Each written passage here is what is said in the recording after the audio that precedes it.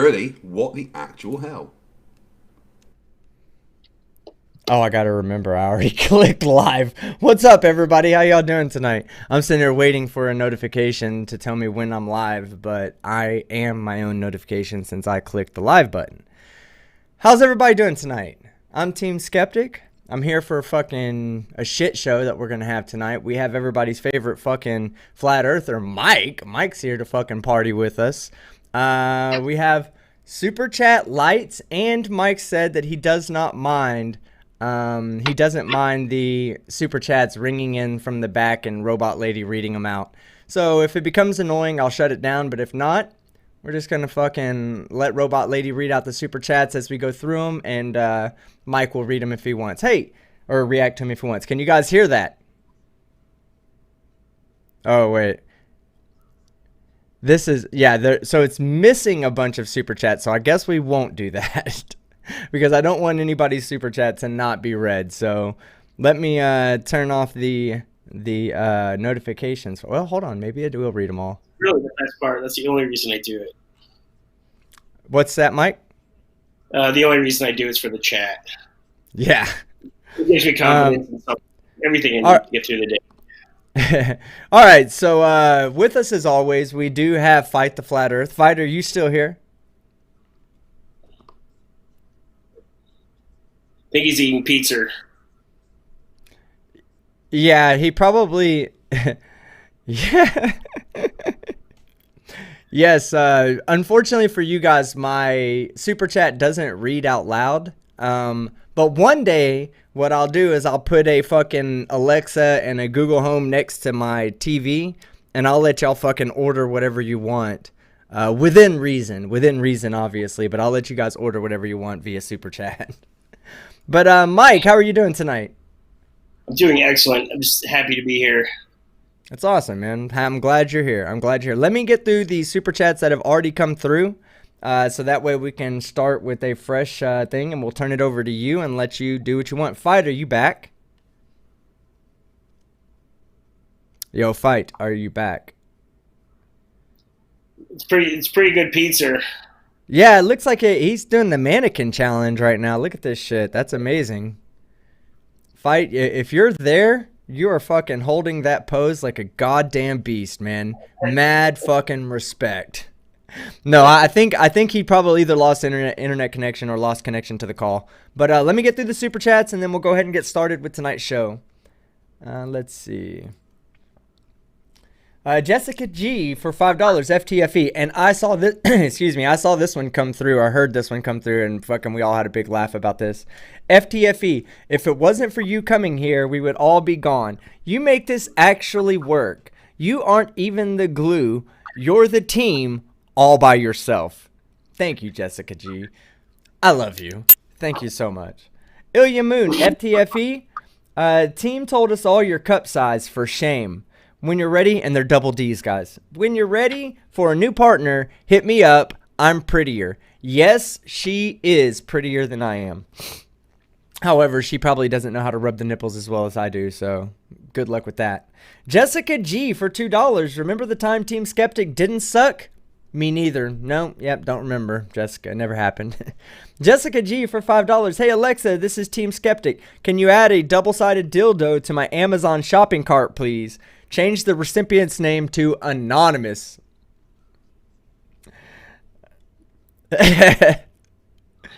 Who's the hot dude in the upper right? That would be Fight the Tight Shirt. JL Truth for $4.99. So much ragging on team. Don't worry, buddy. I think you're awesome. I don't care what your mom says about you.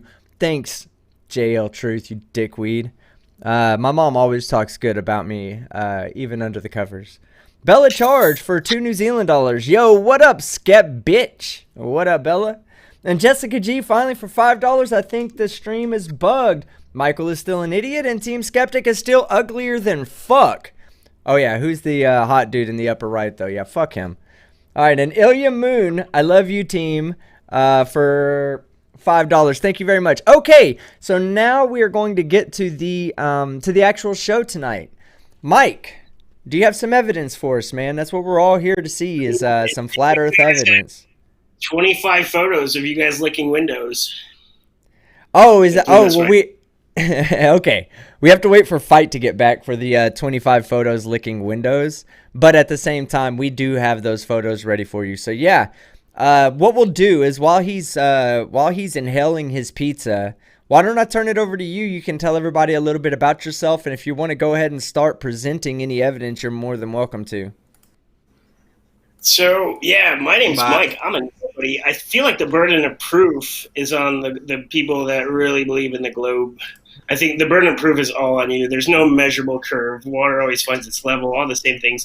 Gravity is nonsense. It's nothing more than the density equilibrium. Like all that stuff is just like crazy made up bullshit. I don't know how you can honestly believe in heliocentrism without. Like you must know it's a faith, right? Like it's a religion and a bad one. Should I answer really- that? Should I answer that as you tell me, or should I go ahead? You want me to go ahead and let you present anything? Okay. Yeah. Well, All that, so everything is nonsense. so the idea that the Earth, goes around the sun is it's a long process. It's not something that just one person sat down. Oh my God! Then Jessica G with $2. Team Skeptic sits down to pee. So does Michael. Right as I said, sit down.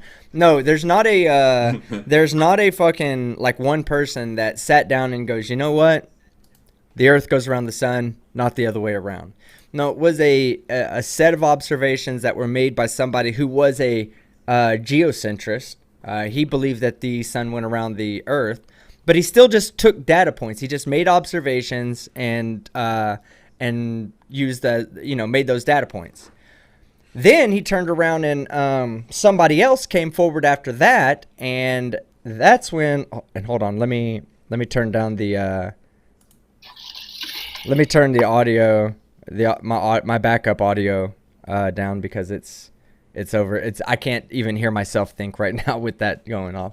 So give me 1 second. Yeah, Okay. I'm back, team. Sorry. My Okay, computer good. took a shit when you went live for some reason. It was like you went live and my computer went, nah, I'm going to crash.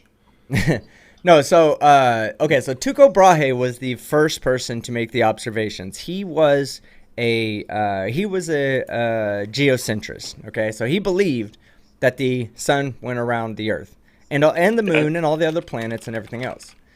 Then came along. I want to say it was Johannes Kepler was the next person that came along, and he. No, I'm sorry. It would be Copernicus. I believe Copernicus is the one who. Copernicus is the one who came up with the observation or decided that Tycho Brahe's observations really didn't point towards a geocentric or geocentric Earth or solar system, but more towards a heliocentric solar system. So, And how then long Johannes ago- Kepler came behind him and came up with the laws of planetary motion. And then Isaac Newton came behind them and said, okay, well, they go around they orbit the sun because the sun's a massive body and all objects orbit massive bodies. Like all mass is attracted to one another, and that's what takes the Earth that's traveling in this direction and actually bends it around the sun. So See, I should have my without the force of gravity, there would be no circular acceleration around the sun. So those are the steps. I believe it's in that order. From Kepler to Copernicus, from Tycho Brahe to Copernicus to Kepler to Isaac Newton. And that was how we came about determining that it was the Earth that went around the sun and not the sun that went around the Earth. Now, Einstein came by much later, about 100 years later, or some number of years later, decades later, we'll just say. He comes decades later and says, actually, from a visual perspective, it makes no difference whether you assume that the Earth is at the center of the universe or you assume that the sun is at the center of Earth's orbit. It doesn't really matter. Both observations can give the same visual predictions. However, we also know only one of them is right. Either the sun goes around the Earth or the Earth goes around the sun. And what Einstein was basically saying is that it really doesn't matter which convention you choose to measure what your motion is, but the truth of the matter is that we do actually go around the sun. And now, much later, now in our current technology, in our current times, we can actually measure the fiber optic drift, that is associated with the orbit around the sun. And it shows that we actually do go around the sun, and it's not the sun that goes around us. I see. Like, I don't think that's proven. I don't think those words were proof. You there, Mike? Like, yeah. Mike muted. 15-degree-per-hour drift. I can Can you hear hear me him. now? Can you? Oh, shit. I can't hear you now. Did you hear me the whole time? I can hear you. Yeah, I can hear now. No, I had shut something off. I'm sorry. It's back on now. But okay, Mike, I'm sorry if I cut you off at any point there. I did not mean to, but You can hear me now, Ian. yeah, Yes. absolutely. Yes. Is Karen here? I've been waiting for Karen. All right, I really but do. Team, your stream's not live. my stream's not live. What do you mean? Oh no, it's come back now. Sorry, it Oh. was buffering and then it wasn't there, but it's come back now. That's weird. And it's on my end because other people are saying that it's buffering, but it's not. I mean, we didn't lose connection. I don't know what the hell's going on. All right. Anyway, okay. So, Mike, all that I just said, what about that still points to you towards a geocentric or geocentric universe instead of a heliocentric universe? Because it's still like really like you can tell the sun is going around us and that it's super close. I mean, like triangulation, like you can tell the sun isn't 93 million miles away, especially like if you look at the rays, or there's just certain ways that you can observe, which is, I think it's an important part of science. Some may disagree. You can actually observe like how close the sun actually is. And claiming that it's 93 million miles away, there are just many problems with that. Like the inverse square law that you disagree with, or whatever. Like there's that guy. Wait, that guy's smart. We I saw him in don't disagree with the inverse. What Yeah. do you mean the inverse square law that we disagree with? We don't disagree with the inverse square law. I mean, The what sun do you was mean 93 when you say the miles away. inverse square law? Like if the sun were 93 million miles away, you wouldn't see it.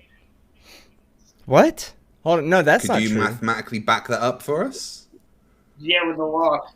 No, I'm just making shit up. I'm like, Well, I can use the law of perspective, alpha equals 2 times the arctan of g over 2r, to say that that's exactly how big the sun should be in the sky if it's 93 million miles away. Well, with the size that you've given it, so you can play those numbers games. So you gave it like a crazy, ridiculous size, which is why you can barely see. Like you see, it comes up so small. It's just, it's not like really provable. It's all shit. And like you just want us to believe the sun's. Yeah, I don't think the sun is the center of the universe by any means. And if you like look at the stars, they're so predictable. It's like a calendar, man. It wouldn't make sense in the heliocentric universe you guys have created, like the random, 1,000-mile orbit, 66,000 miles around the fucking sun. All those crazy numbers. It's just ridiculous. It's just nonsensical numbers. And they teach it to you when you're young because you're not going to say shit. Like, oh, that's fucking crazy, man. Those numbers are fucking batshit. Okay. The heliocentric numbers are fucking insane. And of course you can fit. So when you're can't hear looking you, at, Tim. you can't hear me. Oh no, my fault. I've muted the stream. My bad. Oh, okay. That is real. That is Okay, yeah. So I'm having when you're fun talking today. about the inverse square law, all you're talking about is intensity. Like you're talking about the intensity of light as it goes away from a point source, right? That's your biggest fear or your biggest complaint is that. Well, here's the thing. It never goes to zero. It always just gets less and less and less and less. Right. So it doesn't Go ahead. It would be. I mean, that doesn't mean like. So the sun's pretty intense. I don't know. I don't know. I'm just not like I'm not solely orbit the sun. Now, okay, so one of the things that we have done, and this is something that wasn't available, when Einstein was around, but it is available now, is radar technology, and we've measured the distance to Venus using radar technology. So we know we're pretty precise with the position of Venus from the sun, the distance of Venus, or the position of Venus relative to us in our orbit. And from there, we can use trigonometry to determine how far away the sun is. And the more and more accurate our understanding of the orbit of Venus is and the distance to Venus and whatnot, the more and more accurate our distance to the sun is getting. And our distance to the sun is 93 million miles. It's even with the most recent calculations, it still gets closer and closer to the true value, which is 93 million miles. When they were using things like the shadows of sticks on Earth, then they could get close, but they were also limited by, there was just a certain limitation as to how accurate they could get. With these radar technologies, they can be much, much more accurate with the position of Venus, and then at the same time, knowing the position of Venus more accurately, you can then determine the position of the sun relative to Earth with greater precision. And every single time we do it, every time we make these measurements, and you can make the measurements yourself. There's entire videos online right now of people who are using the transit of Venus to calculate the distance to the sun in modern day, just to show that it can be done. There's YouTube videos out there. I would suggest going and finding a video and watching how the methodology by which they use the position of Venus in the sky to determine how far away the sun is. The problem is they're like taking some of the brightest minds and wasting their time with this kind of bullshit. Like some of the best minds, like, are totally confused. What are they wasting their time on?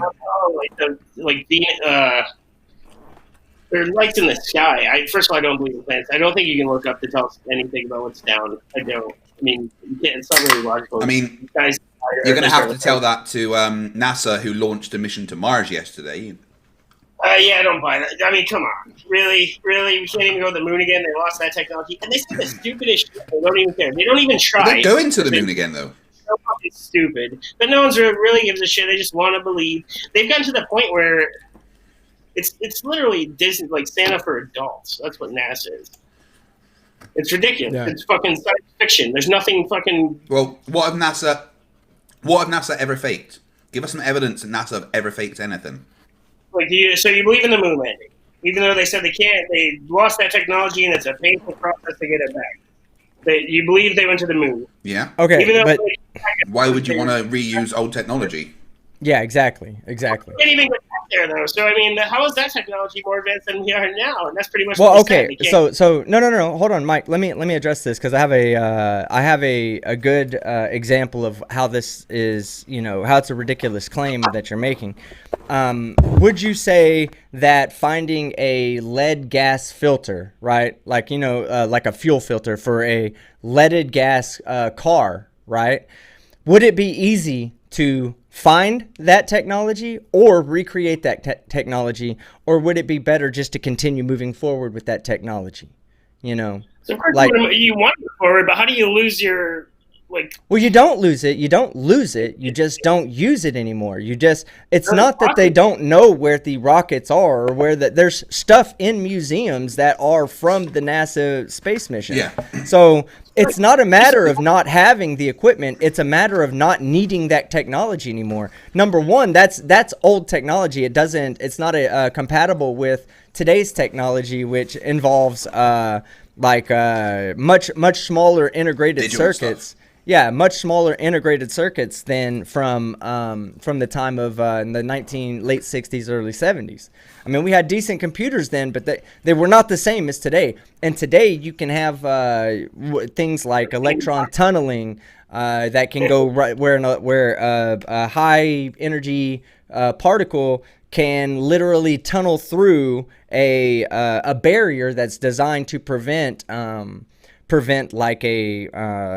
like a fluctuation along the electrical line. So for instance, how they talk about solar storms and how they can affect like telegraph lines back in the day. Now, of course, it would still do the same thing to now, but back in the day there was a solar storm that caused a lot of telegraph lines to catch on fire, and that's because they started moving electrons. They literally generated electricity just from the incoming solar rays. So if that happened on a space shuttle, that's bad.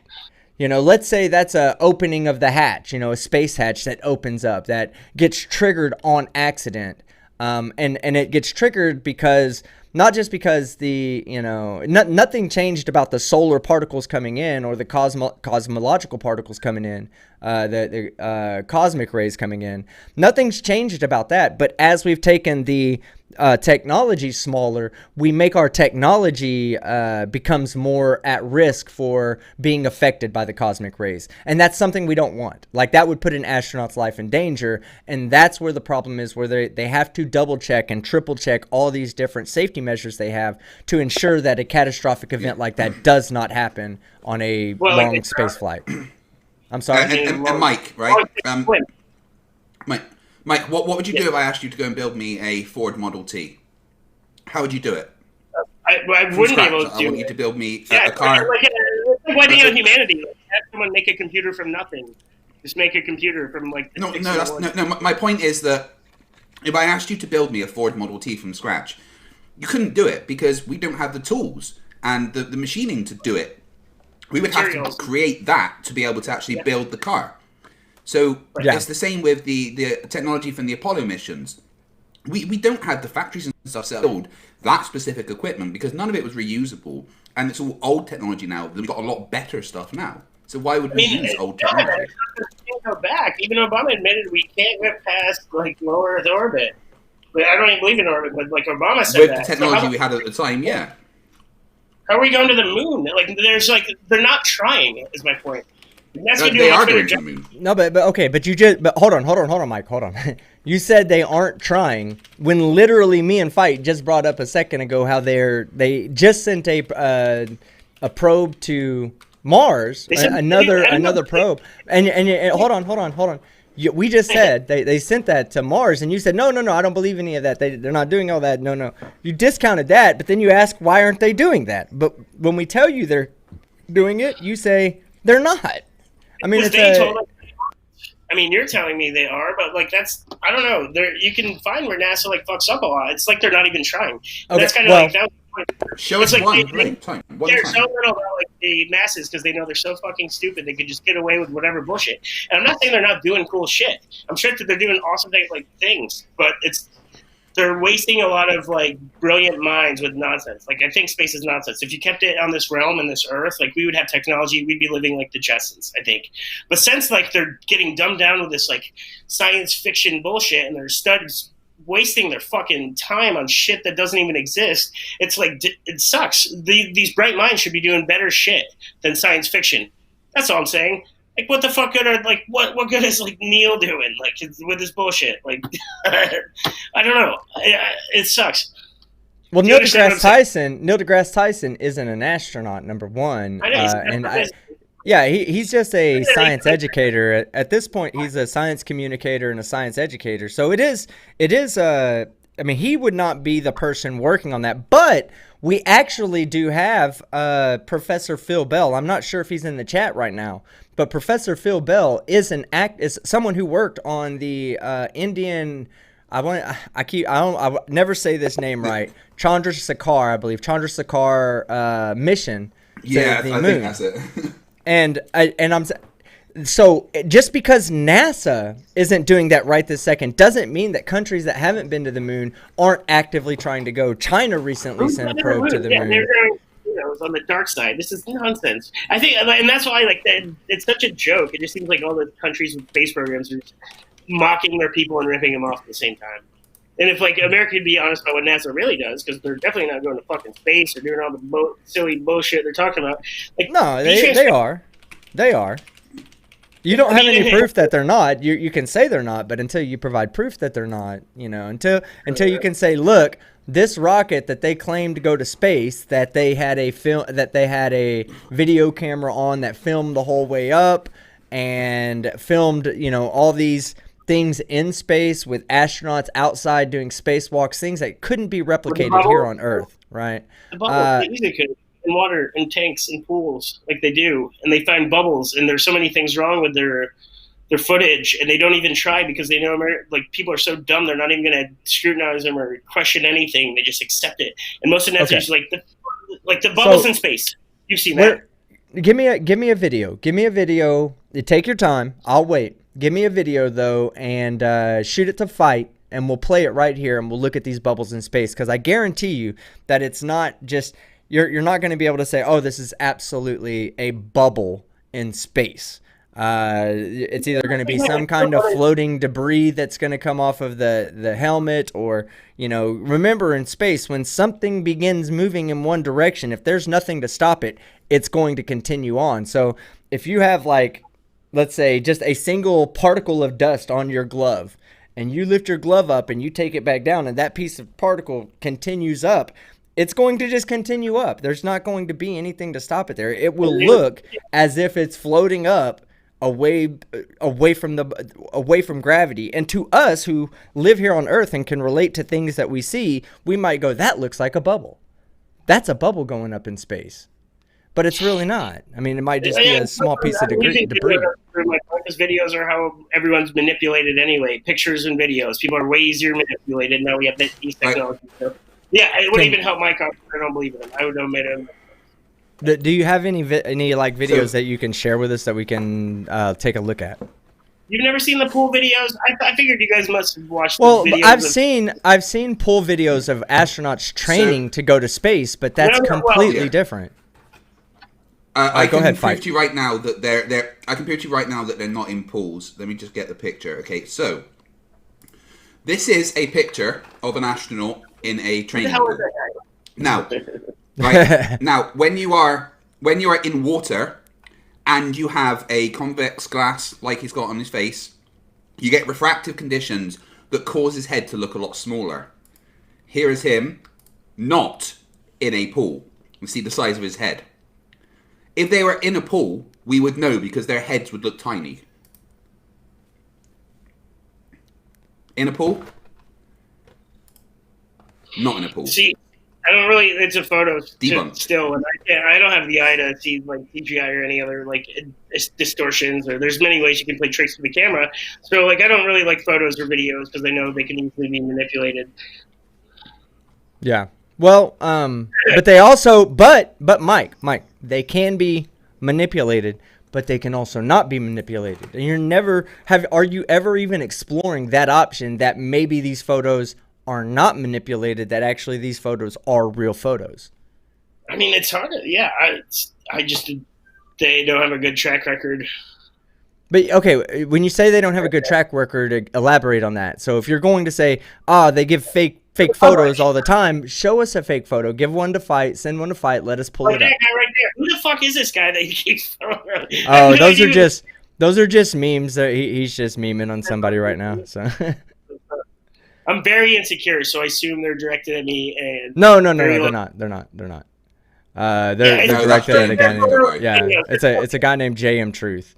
But when you say things like, with their track record, they have this. Please, like, give us an example of them having a bad track record when it comes to pictures from space, and not just pictures that you say you believe to be fake, but pictures that have been demonstrated to be fake, or like that you can demonstrate.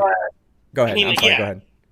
There's a photo where it's very famous. It's like on the way to the moon. There's a photo of Earth, and then there's that video that shows the guy like distorting the image of the Earth below. Do you know what I'm talking about? I feel like you guys should know. You're talking about a funny thing happened on the way to the moon. Yes. Do you know about it? You saw the video. Yeah, and you're talking about. Yeah. So they're talking about this photo, which is the 1972 Blue Marble. That was taken by Eugene Cernan on board the Apollo mission going to the moon. Was taken with a Hasselblad physical. No, this is the one that you're talking about. In that movie, A Funny Thing Happened on the Way to the Moon, right? But this photo was taken with a physical camera and then developed in a dark room. There's no CGI or anything. And in that video, they tried to claim that they were framing the porthole that they were looking out so that it showed it to be circular, and that's just complete and utter nonsense. Jem Panda's debunked the entire thing. Why England doesn't have a space program, does it? Yeah, ESA. Well, it's European. European. It's not necessarily just part of the European. Yeah, it's not necessarily just the English, but it's the European Space Agency. I think that's interesting. I feel like they would have been there still first or second. All right, hold on. I'm sorry. Chat's asking me to Okay. turn on slow mode, so let me get slow mode on. Sorry, guys. No. All right, so yeah. So you have a problem with this photo being fake, and what about this photo screams fake to you? I mean, there's nothing. Water doesn't behave like that. That okay. Well, that's not that doesn't make the picture fake, okay? Because I could hold on. I could take a picture of you and I could throw a color filter on it and turn it into a grayscale photo, let's say like a black and white grayscale photo, right?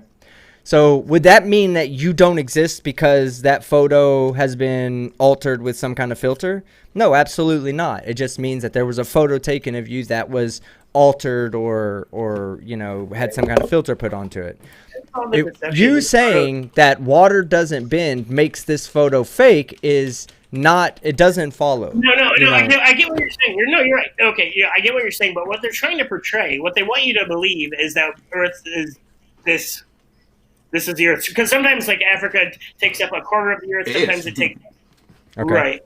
Like all they're not accurate. They're not consistent.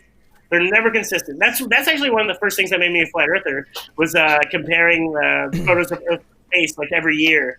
I'm like, oh, all the continents are getting smaller and bigger, and like they're not even trying. They don't even try for consistency. They don't even try to fool anyone. Their lies are in the open, and people just like really need to believe, and it's very strange. So let me address the Africa looking different sizes and North America looking different sizes in different pictures. Okay, so ultimately, when you hold a basketball up to your face, right? Let's say you bring a basketball as close to your face. It's always going to look like a circle around. As you take it away, you'll see the circle that you see will cover more of the basketball, but when it's close, that circle only covers a certain amount of a portion of the basketball. You're blocked by the horizon from seeing any further. So if you have a continent that's inside of a small portion of the basketball and you bring it up to your face, let's say, that continent is going to look like it takes up a greater size of the total amount that you can view. Now, so this is basically a consequence. What you're talking about is basically a consequence of the Earth being taken with different cameras with different lenses at different lengths away, different distances away from the Earth. So when you talk about the difference between one picture that was taken and another picture that was taken, if any of those three variables are changed, the size of the amount of the amount the continent takes up, the percentage of the viewing space that the continent takes up will change as well. And that's perfectly explainable. What about this? Well, they're admittedly CGI because they have to be. The guy that made the blue marble photo, the last one. It's like you're making excuses for all their bullshit the whole time. No. That goes back to what I was saying. Am I making an excuse that you actually are a real person because I put a black and white filter on a photo that I took of you? Because there is no black and white mic. Oh, but okay. Well, then you should understand what the NASA person said. In fact, I believe it was Cy Strickling or one of the members in this community actually had an interview with that guy, and he was like, "I can't believe that flat earthers are using what I said to lay claim that the Earth is flat," because that's not what he meant. What he meant was exactly what I'm talking about. I'm sorry. Go ahead. He photoshopped clouds in and did a lot of weird shit. Because he had to. Right? On that one picture, the 2012 blue marble. That was it. Okay.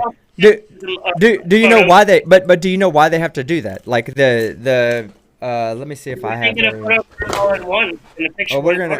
We're gonna use this, right? We're gonna use this. We're gonna assume that it's a circle. So as the satellite goes around like this, the Earth rotates. So when it comes back around and it makes that same path again, it's split apart. So right down the middle between the two will be a spot where the camera didn't take the picture.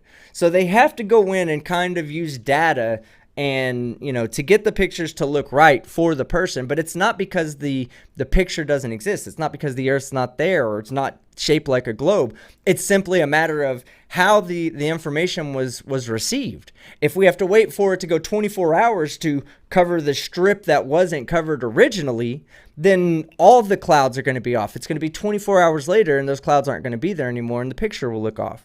Now, that's not to say that that's exactly the reason why they did that. I'm saying that that's just a possibility that they may have to do. If the satellite comes around and makes that, the satellites pretty much stay on one path relative to all the stars in the sky. They're just going around one path.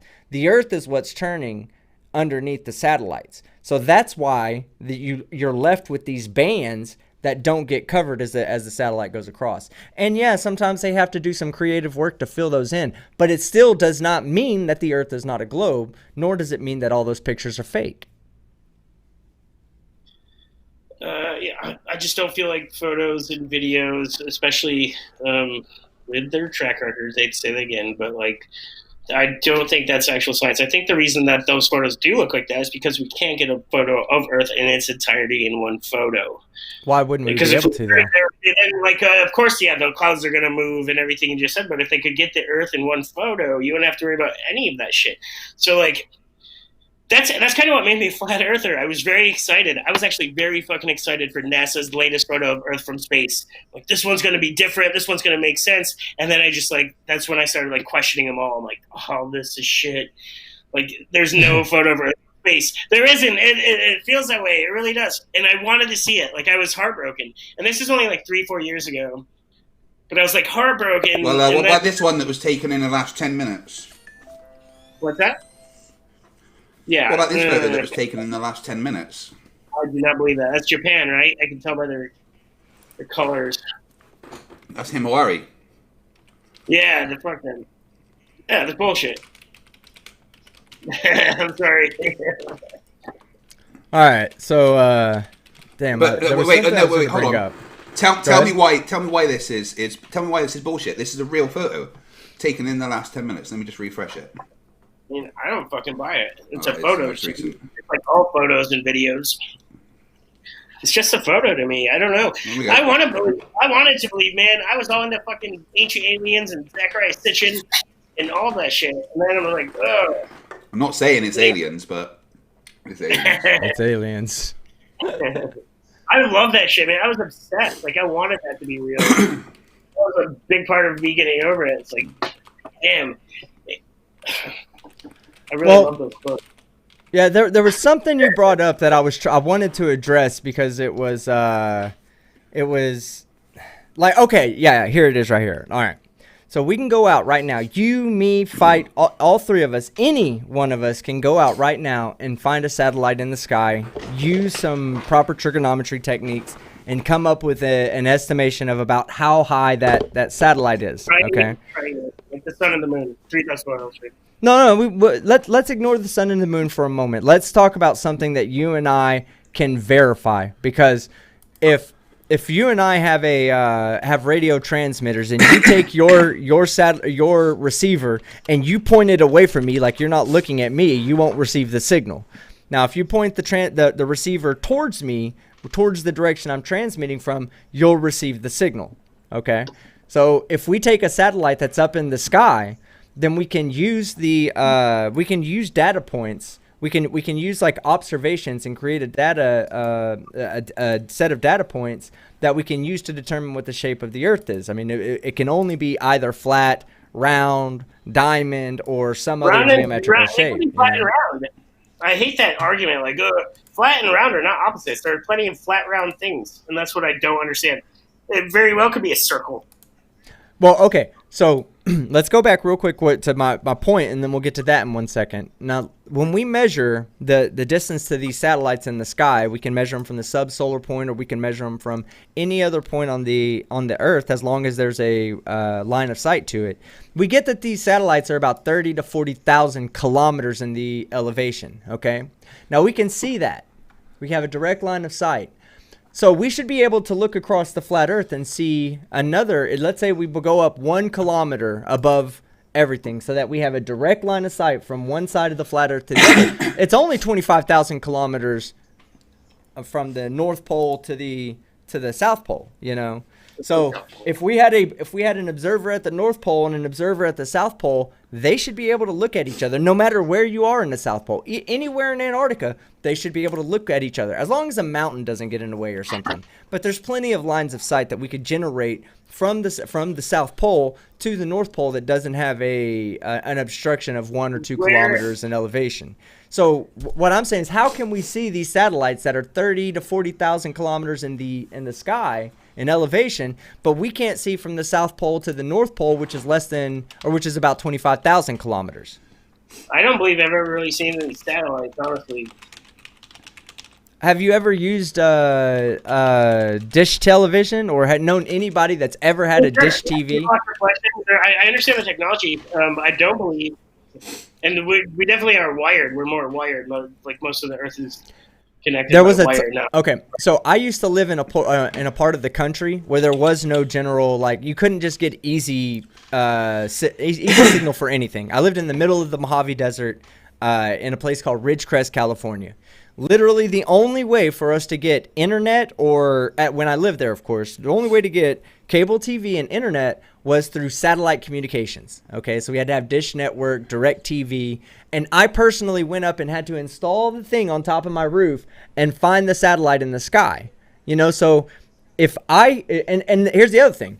If I'm up there looking and I've got a meter that tells me what kind of the percentage of the signal, you know, say 100%, and I tilt it 1/3 of 1 degree to the left, I can watch that signal drop on my meter. Okay, if I turn it another 1/3 of a degree, it might drop even more, and eventually it just won't. I'll be looking this way when the satellite's this way, and I'm not getting any signal whatsoever.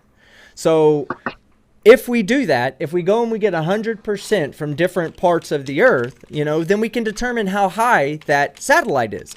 Whether the Earth's flat or a globe, it doesn't matter. At that point, you and me could come up with an idea of how high that satellite is. And it always, anytime you do the math, it always shows up to be about 30 to 40,000 kilometers up. That's just the elevation they have to be to remain in the geostationary position, where it's over one spot on the Earth. Can I get I'm sorry. To 22,236 miles, moving at 1.19 meters per second. Yeah. So American. I don't fucking. What's the metric system? We don't care. Oh, well, at least you're not like Bev. Bev, try thinking, who because he doesn't understand anything but 8 inches per mile squared, he takes every distance measurement in kilometers and then he gives a drop in inches or feet. You know, it's really stupid. There's so many idiots everywhere. Like, people really. Oh, that's such a weird thing to fucking deal with. Yeah. It's easy to like point at that one guy and like, look how dumb these motherfuckers are, and that's what you're supposed to do. That makes it. What do you mean? What do you mean that's what you're supposed to do? No, like it's not really war. I mean, I don't take it that serious, but like you find the dumbest motherfucker. Okay. Yeah. Well, okay. So back to what we were talking about, like. These observations exclusively point to a globe Earth. Now, what would be your contradiction to the evidence provided by satellites? You know, that we can, you, me, and Fight can each go measure the azimuth and the or what it is off the zenith and where it is in the sky, for instance, and we could all make a calculation and we could come to an agreement that either the Earth is flat. I don't think I see satellites, man. Also, because of the inverse square law, like there are lights in the sky for sure, but like I don't think I've ever like, oh, that's definitely a fucking satellite. I've never seen that. I honestly haven't. I thought I tried to. Other people tried to convince me, but I didn't believe that what I was looking at was a satellite. Maybe, I don't know. So I need to, you know. Well, then how do you explain like when you're looking at a satellite and you're getting a signal for like satellite television? I mean, we just had a super chat comes in from Stringer News for $5. But hear me out. It says, I live so far out of town that we had to have internet and cable TV trucked in. So there are people that live so far away from civilization that they have to get their internet and television in alternative methods. Where I lived, I had to get it from the sky. I had no choice. I could not get a landline. There just wasn't enough demand for a landline at the time for high-speed internet and high-speed television. So we got all of our high-speed stuff from a satellite in the sky, and I had to know how to track how to find the satellite in the sky based on my location on Earth. Now that is only this whole process is done based on a spherical Earth. You can't So how big is the satellite? How big I'm is sorry? the satellite? How big is the satellite?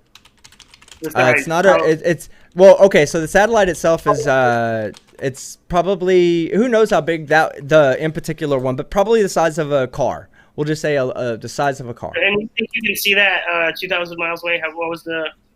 Okay, metric? so when the radar shoots its signal out, it goes out like this. So it has a line of sight that's much greater than just like, it's not directional. It doesn't shoot down a barrel like this to one person.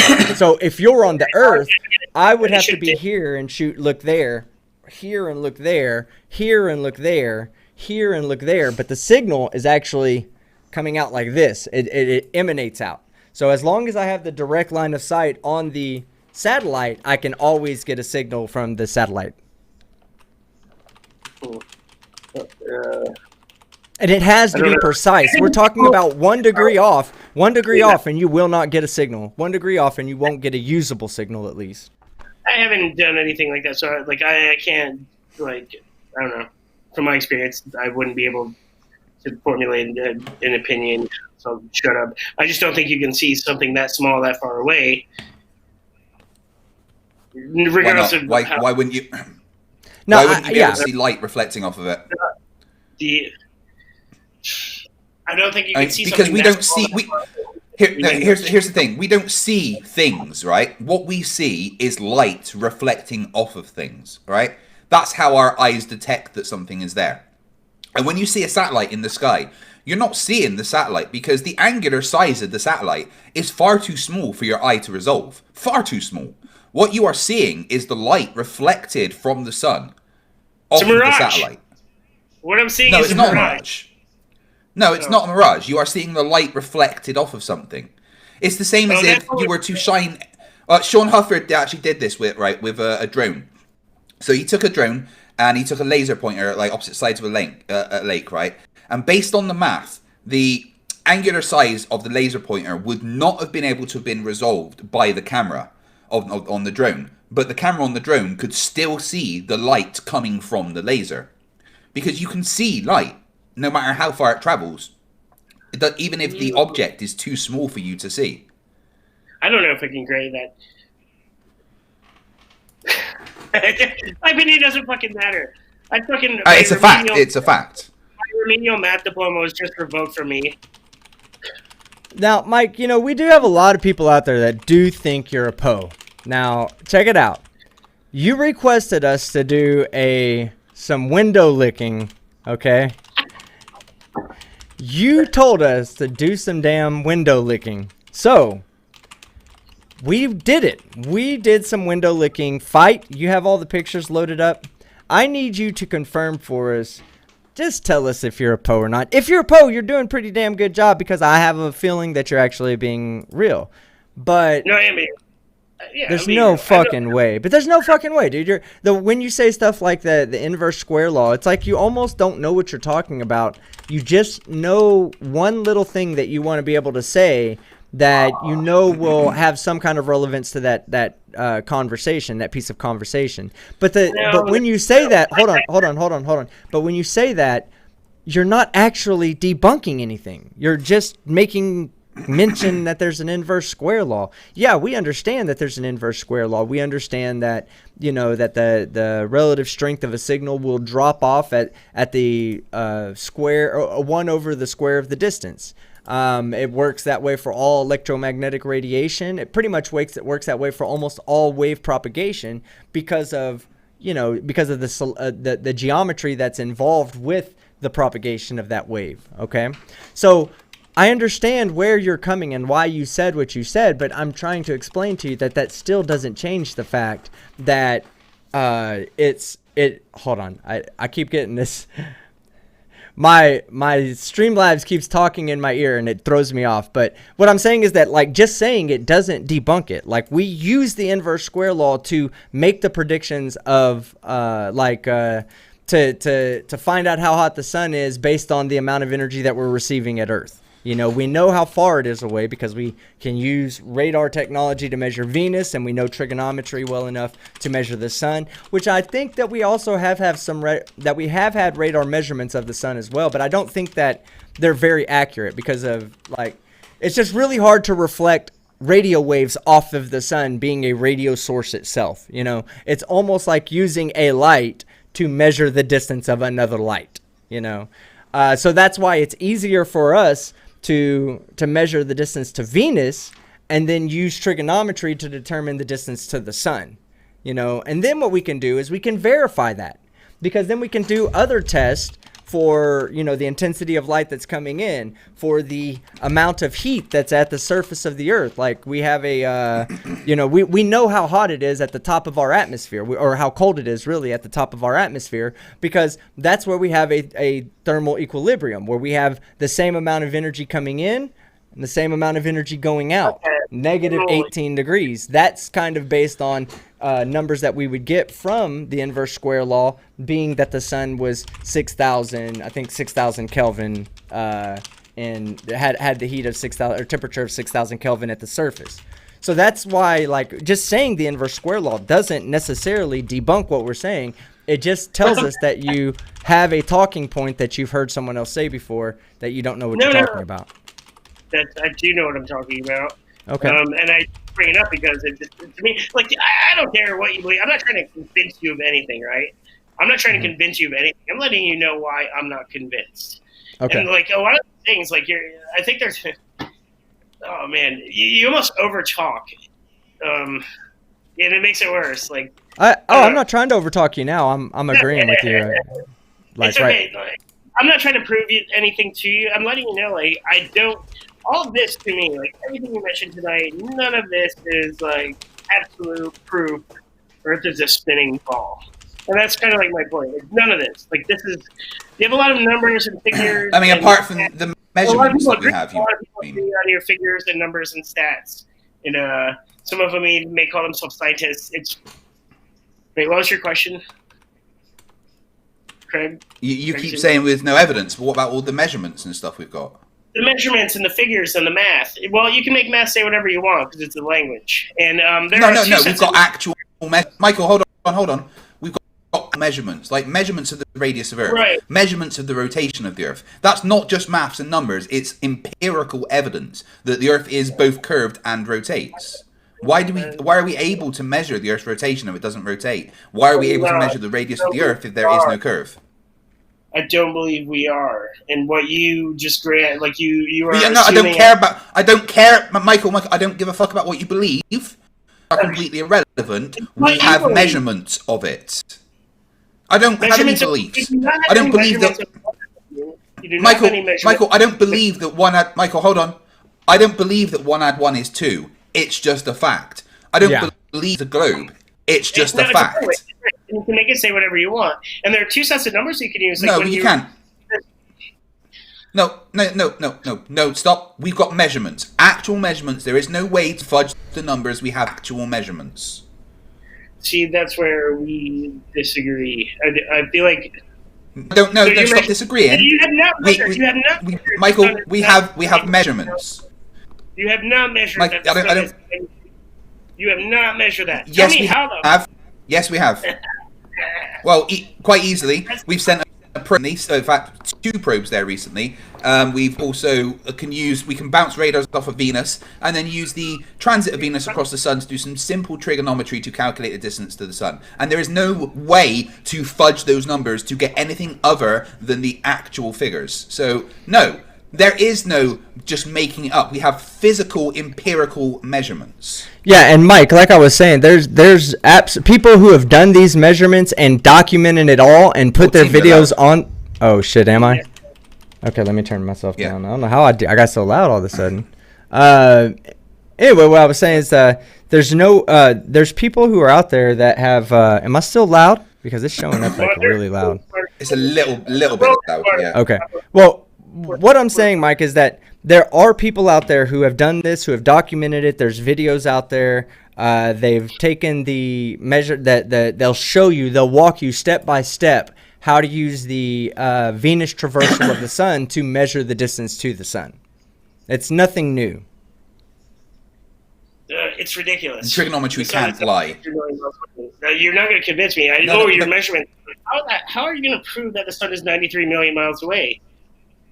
With measurements. In 10 seconds. Like, how the fuck is the sun 93 million miles away when sometimes it's right above your fucking head?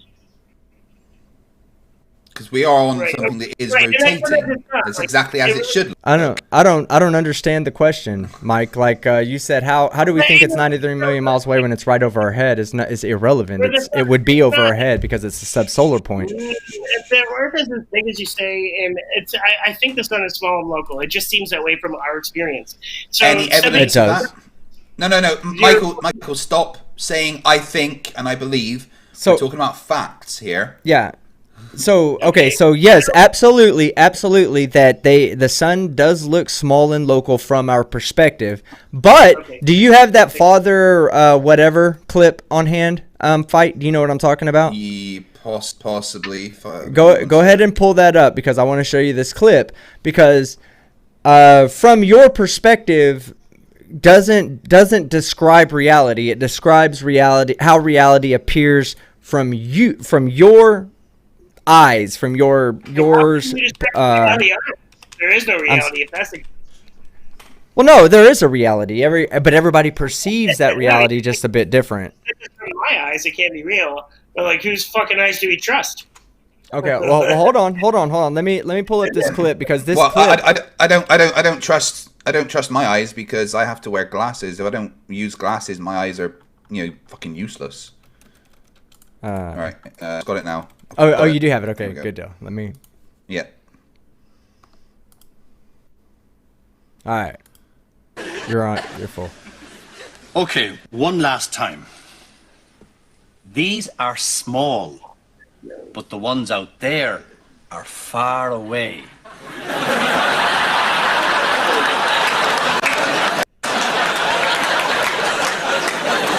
Small, far away. Forget it. All right, so the sun does look, from your perspective, to be small and local. And if you were to hold a ping pong ball up in your hand, that ping pong ball would legitimately be small and local. But that is small, and that is far away. These are small. That one's far away. Is it? I know I've got a ball around here somewhere. Yeah. Well, hold on. Okay. While I let you get a chance to answer that, Fight, do you have the 25 window licking pictures for him? He asked for them. I can't find them all. Okay, great.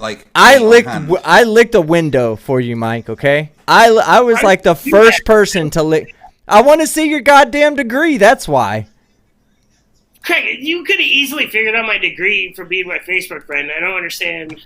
Well, that's Craig. I need to add you on Facebook because I've recently started Facebooking and I don't have any friends. So they deleted my account. They deleted my account immediately because they didn't like the name Long Dong or Dong Johnson or some shit like that. I don't know. Can't remember what I made my name. You can't use your Pornhub name. That's just weird for everyone. Yeah, it is. But yeah, that's the reason. So yeah, it is. It's a matter of perspective. You're right. From your perspective, the sun does look small and local, but that does not mean that it's small and local. And your numbers, and like I like math, and I understand it. I understand what you're saying. I was taught the same things.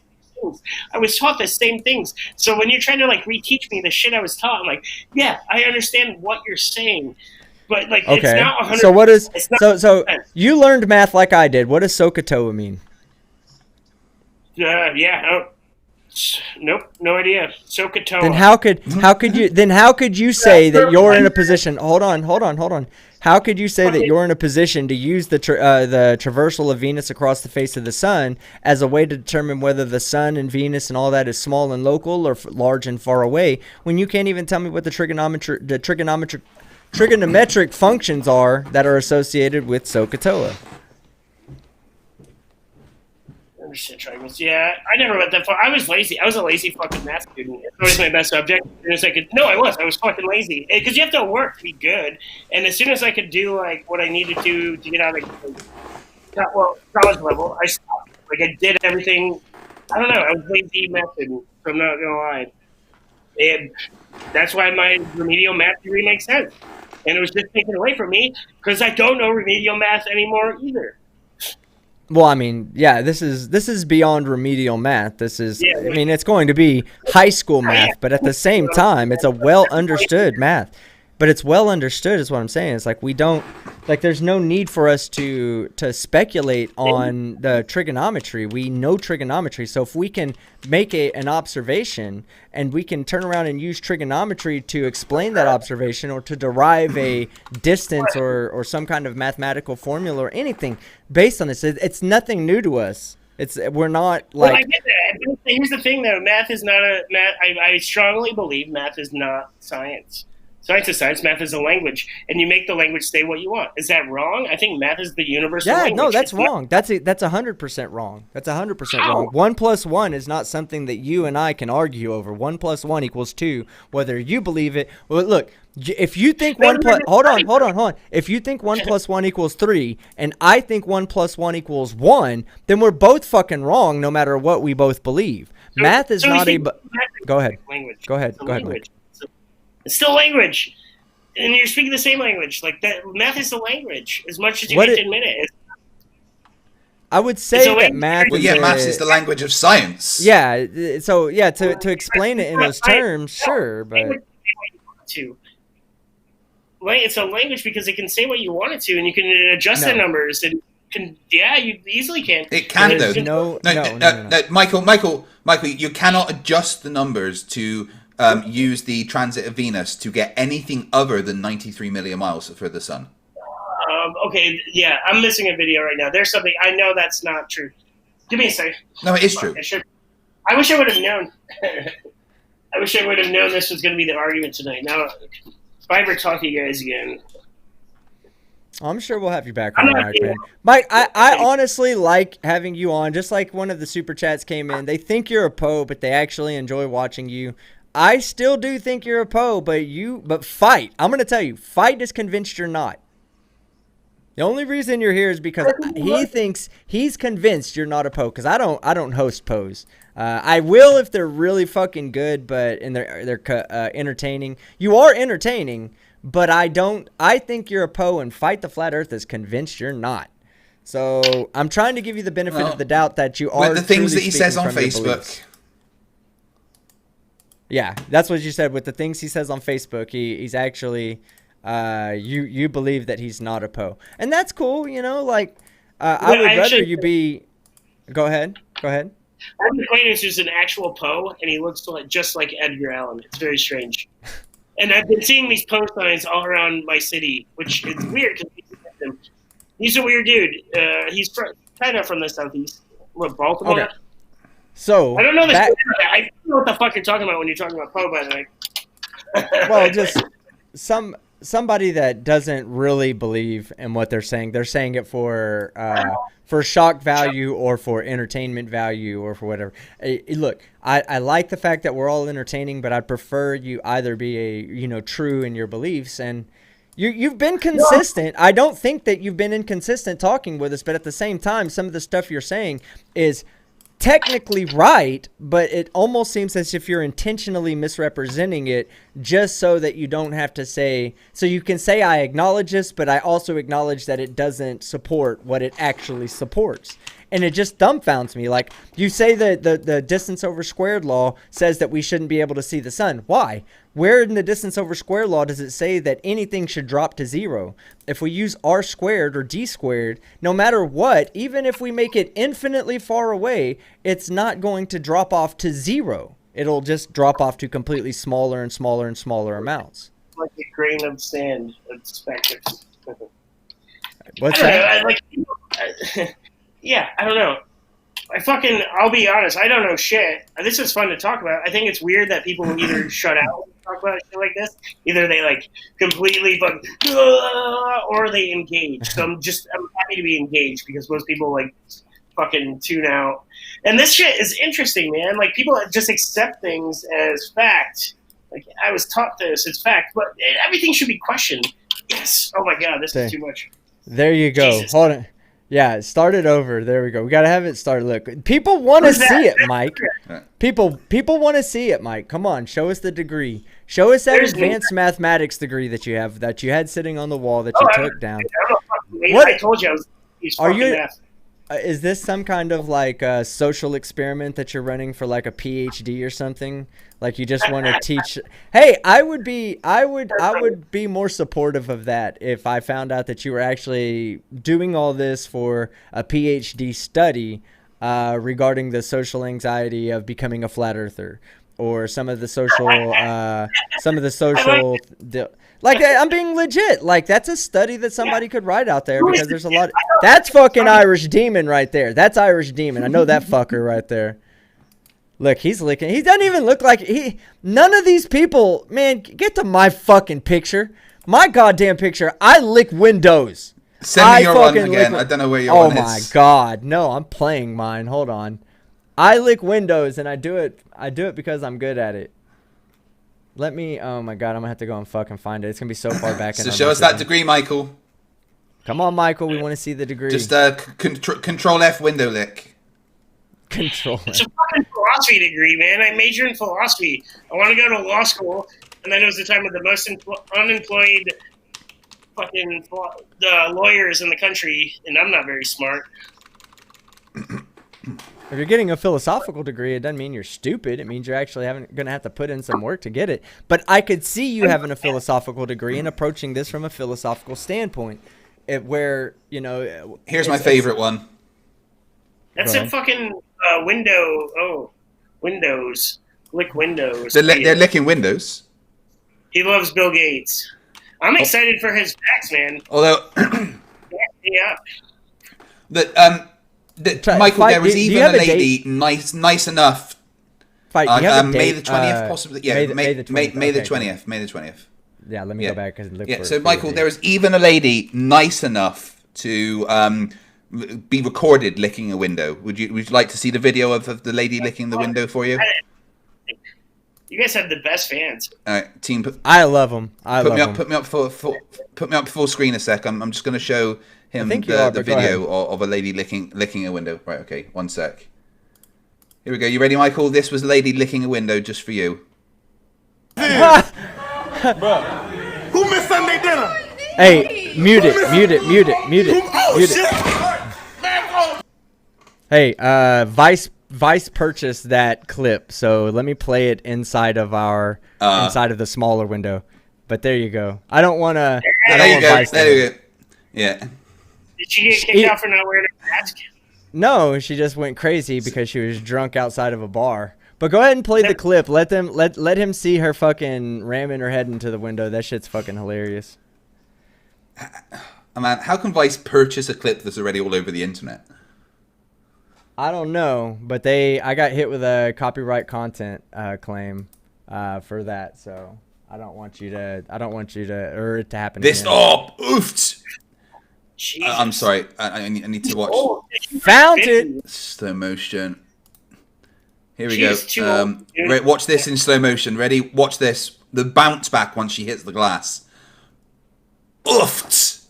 Oh, that's gonna do it for you. Is this in Ireland? Where the fuck? You said in America somewhere, I think. It's hard to see, but you can tell that my tongue is actually depressed against the glass. Okay? That's me. I had to stick my hand outside the thing and take a picture inside, and that was me licking the clean side of my window. So I licked the dirty side later that night. But yeah, we want to see the fucking degree. Do you really have a degree in philosophy? Come on, Michael. That's fine if you do. It's fine. That's not an earth science degree, so it wouldn't. it wouldn't be a cognitive dissonance, in my opinion, if you had a philosophical degree and you believed in the flat Earth. It's Jesus. So is he going to go and show it? Are you going to get the degree for us, Michael? Oh my goodness. Yeah, I think that's what he's doing. He's going to grab his philosophy degree and show it to us. I put that Look, there it is. sticker on Okay. Let me. There we go. Oh, hold on. Pull it back up. I'm putting you on full screen so people can see because it is little. Look, congratulations, man, on getting a fucking degree. What is it? What year? A major in philosophy. This, Mike, you're here doing Well this done. for research to get your PhD, and I respect that. Okay, I respect you attempting to get your PhD in describing what it's like to be a flat earther IRL.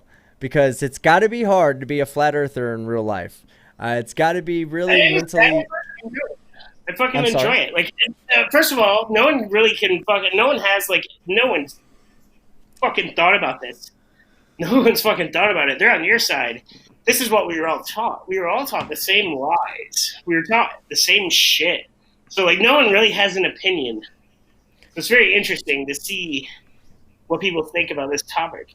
Yeah, you're right. And now that I see where you're coming from, and I'm not saying now that you're a Poe, okay? I'm not saying now that you're a Poe. What I'm saying is that having a major in philosophy gives you a little bit of a better understanding as to how the human race comes to the conclusions that they come to.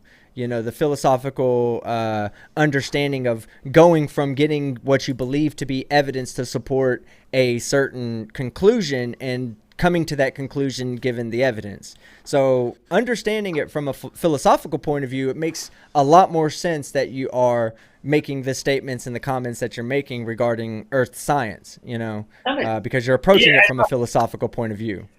Go ahead. And it was a big argument in philosophy itself, whether philosophy should be a science. And my argument was that, science really isn't even a science anymore. So how the fuck can we have philosophy be a science when science is almost not science? You know? It's just fascinating. I don't know.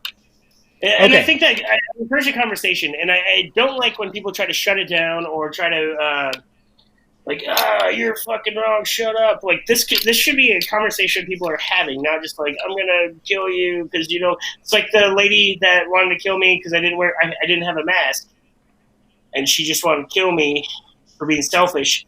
I feel like she was really selfish. I mean, put on a fucking mask. Wear a mask right now. Yeah, for the time being, wear a mask. That's what I would suggest. But I want to say though, and this is me coming from I'm going to try to hold a very intellectually honest position when it comes to the mask debate.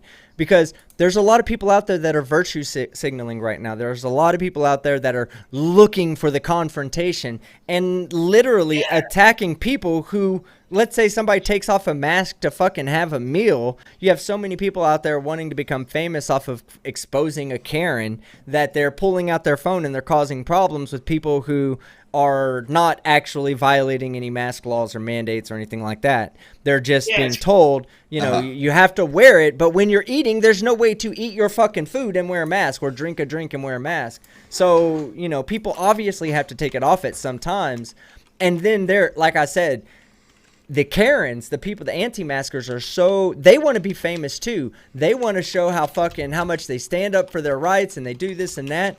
And then the pro-mask people, they're now starting to go, well, I want to jump on that bandwagon, so I'm going to film normal people doing normal things that are following the mask rules and the mask mandates. But because they're trying to become internet stars, they're out there trying to expose good people, and it needs to stop. Yeah. And there's been so many conflicting viewpoints on that, and we won't talk about this tonight, but there have been so many fucking conflicting viewpoints, and the government's changed their mind as to what is necessary.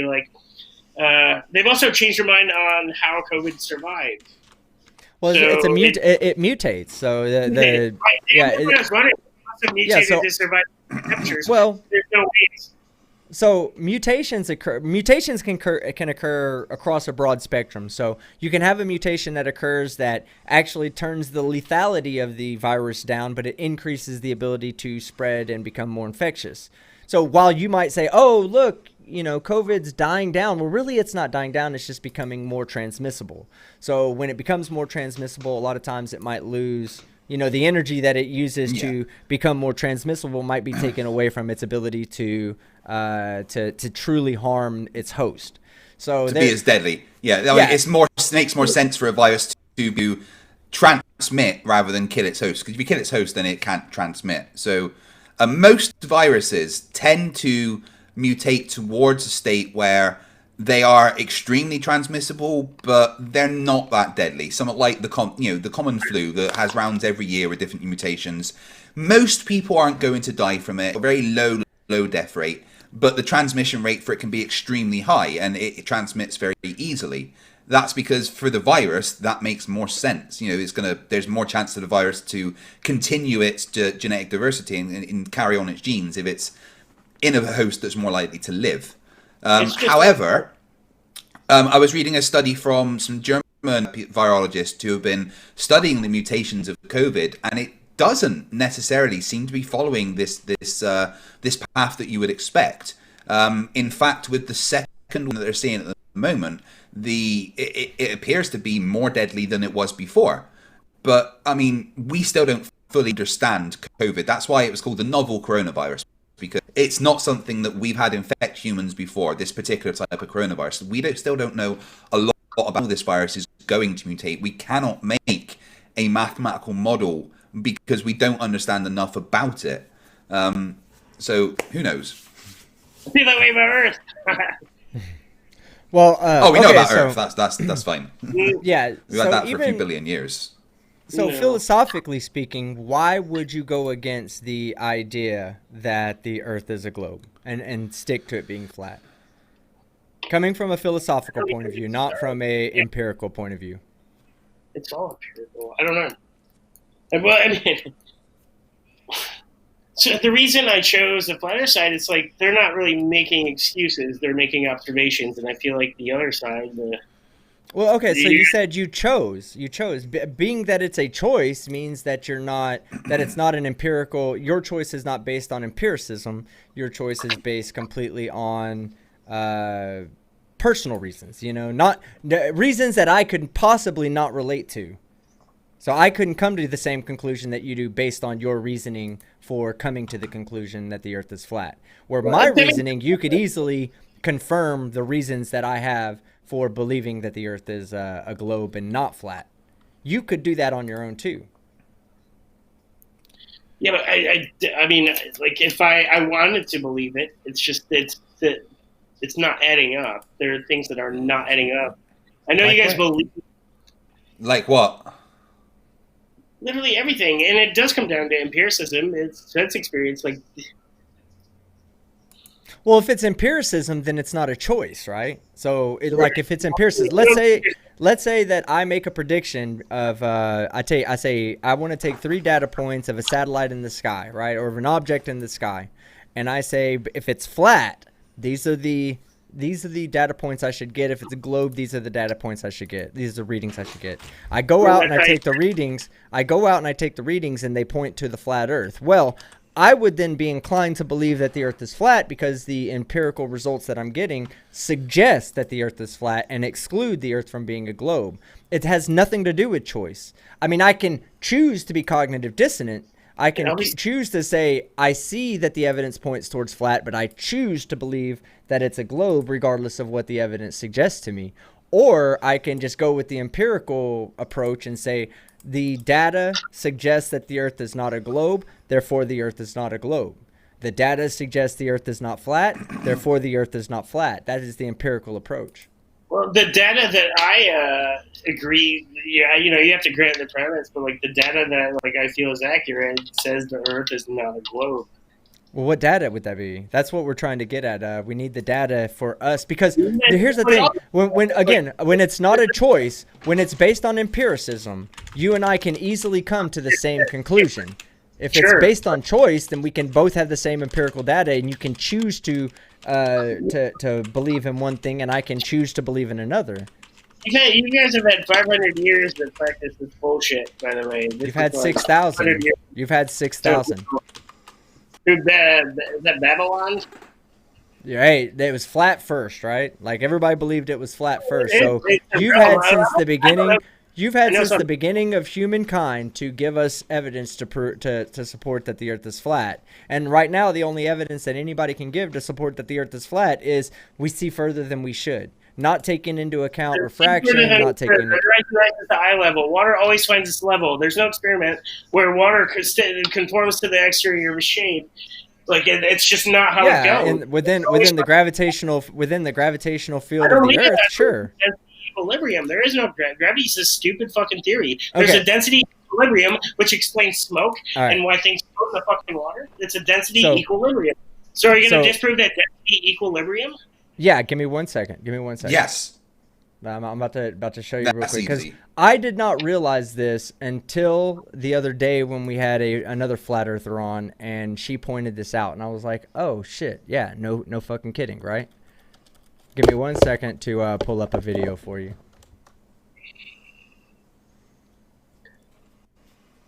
I just want to see those scientific experiments where that water is sticking to the ball, and there really isn't shit we can do. Mass does not attract mass. That's a dumb fucking idea. Yes, it I does. should have an orbit. I'm a fat fuck. I should have fucking shit Nope. flying over. That's not how it works. You don't have enough mass. Hey, hold on. Mike. Let's say that we crumpled you, that you formed a cannonball, okay? Let's say you formed a cannonball, all right? Jumping into the water, we freeze frame you for 1 second right before you hit the water. And you're telling me that water should not be attracted to the Earth, it should be attracted to you because you're massive and you're close to the water, correct? Okay, go on. Okay.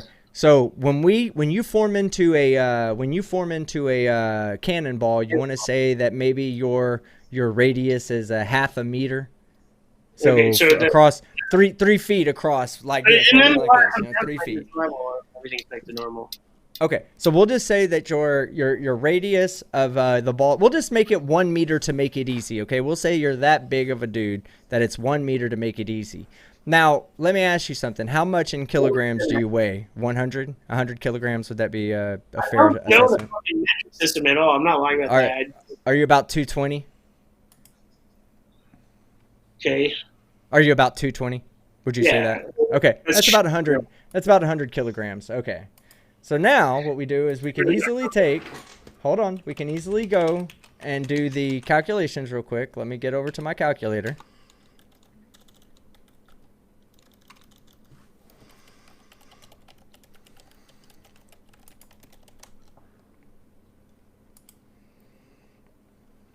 Is that dude a pedophile? Who are these people? What are you talking about? His memes and that fucking guy. Oh, no. Not pedophiles. Thank God. That's Yeah, a I wouldn't. scary thing that's happening. Man, your Yeah. favorite fucking stars are fucking sick fucks. What the fuck is happening right now? None of that's true. Who knows? All right. Okay, I got a calculator right here. All right, so in this calculator, what we'll do is we'll take your weight, which is 100 kilograms. Oh my God, it's asking me to. Why is it telling me? Okay, this calculator is forcing me to sign. It's forcing me to sign up like for some kind of like ad shit, and I'm like, no, I'm just fucking doing a fucking calculation. Okay, so we do big G 6.67 times 10 to the negative 11th. Okay, let me input that in. Okay, so ooh. Okay, that should work. Okay, that's this calculator sucks. Let me try to find the calculator I was using that I don't know why it's doing this now. All right, anyway, so we take big G and we multiply it by your mass, which is 100 kilograms. So it's going to be 6.67 times 10 to the negative 11th times 100. So 6.67 times 10 to the negative 9th, okay? So 6.67 times 10 to the negative 9 divided by 1 meter. That's what we're going to say, okay? So that still equals 6.67 times 10 to the negative 9th. That would be the acceleration of the water heading towards you. okay, it's slightly, very, very 6.67 times 10 to the negative ninth meters per second squared towards you, where it's going at almost 10 meters per second squared towards the Earth. So while you do have a gravitational influence, and while you are the water is much closer to your core than it is to the core of the Earth, okay, it still does not matter. The extreme massiveness of the Earth still generates an acceleration, like an acceleration towards its surface that's several, like fucking 9 orders of magnitude greater than what you generate yourself. So yes, it does. Well, I mean, you don't have to believe it, but it's true. We have the Cavendish experiment that shows Michael, do you believe that 10 times 10 is 100, or is it just a fact? Sure. Yeah, I believe that's what the language says accurately. The language, it's not language, though. Well, if I took 10, if I had a well-defined set that had 10 sticks in it, and I went and I had a quantity of 10 of these well-defined sets, how many total sticks would I have? It's not in language. It's that math is one of the few things that it's not up for interpretation. It's a proof. This is what bothers me about you guys. Math is literally the universal language. We can make everyone like it is. It's considered that. And that's just what some people say. Yeah, we can't just make it say what we think, what we want to.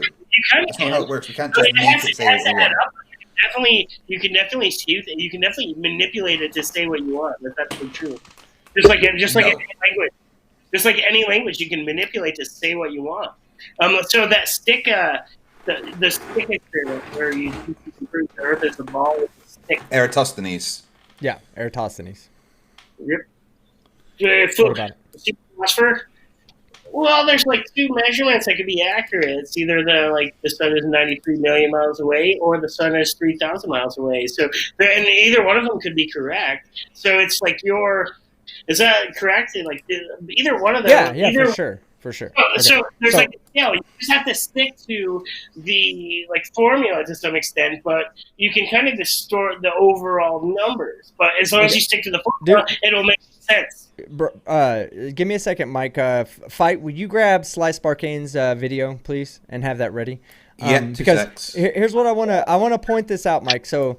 Yeah, you're right. And that's kind of how they came up with the idea that the sun is 3,000 miles in the sky and it has a certain radius, because they used 2 data points. Yeah, but okay, so they used just 2 data points to come up with that observation. The moment they start adding more data points in, the observations don't come into agreement with one another anymore, because the sun is the same size no matter where you're at on the Earth, okay? So if you're at the, far north, yes it is. If you're far north, it stays the same size, but not to you from where you are. No, it does. So let's say that the sun is directly over the equator, like, okay, Dwight's head right here, the equator. The sun's right here over this guy, and the sun up here. They both look at the sun. They both see the sun at 0.52 degrees in the sky. That's how much the angular size of the sun is. So they both see that the sun is the same distance. If it was flat and the sun was only 3,000 miles away, an observer that was 3,000 miles away would be seeing that sun significantly smaller than what the person standing underneath the sun would see it. Now, what you were talking about is true. Video. What you were talking about is true. You can interpret Eratosthenes' experiment as either being a flat Earth or a globe Earth, and with just two data points, you can come to either conclusion. But if you throw in a third data point, then you can start to exclude one of those 2 observations as a possibility. You can say, while this observation is consistent with these 2 points, the observation that is not, when you throw in the third point, the observation then becomes inconsistent. And the 4th point becomes more inconsistent. And a 5th point becomes even more inconsistent. But if you make the assumption that our cosmology is based on the heliocentric model, with the sun 93 million miles away and much larger than the Earth, then all of the observations seem to match with each other. They all correlate to the same exact thing, that the same exact conclusion, that the Earth is a globe, and it's a globe of a certain radius of about 4,000 miles. Why can't I? The video isn't loading for some reason. It says the video cannot be displayed. I wish Send it to me. Send it to me. I wish your worked where we could listen to their comments. There have been a lot of fucking weird ones. I mean, do you want me to turn it to the chat, and would you like to field some questions from the chat? Oh, that'd be wonderful. Okay, I'm sure the chat always loves being heard. So what I'm gonna do is I'm gonna turn it over to the chat. That fucking Turk guy, that sucks. I don't like the Young Turks. But... I'm not a big fan of the Young Turks either. I mean, I don't think they're horrible people, but I'm not big fans of them.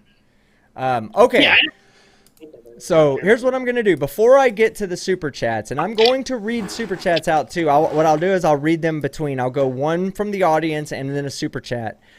So audience members, I'm going to start with the Super Chats first. You guys get your questions ready in the chat and start getting ready to put them out. And Fight, if I'll do the Super Chats, will you just grab a couple of questions from the actual chat, please? Yeah, sure. Okay. So, Morton Nielsen for, let's see, that would be 89 Donkey Kong dollars. Alexa, add 500 pounds of meat tube to Team's Amazon shopping cart. Change the name to Jessica G.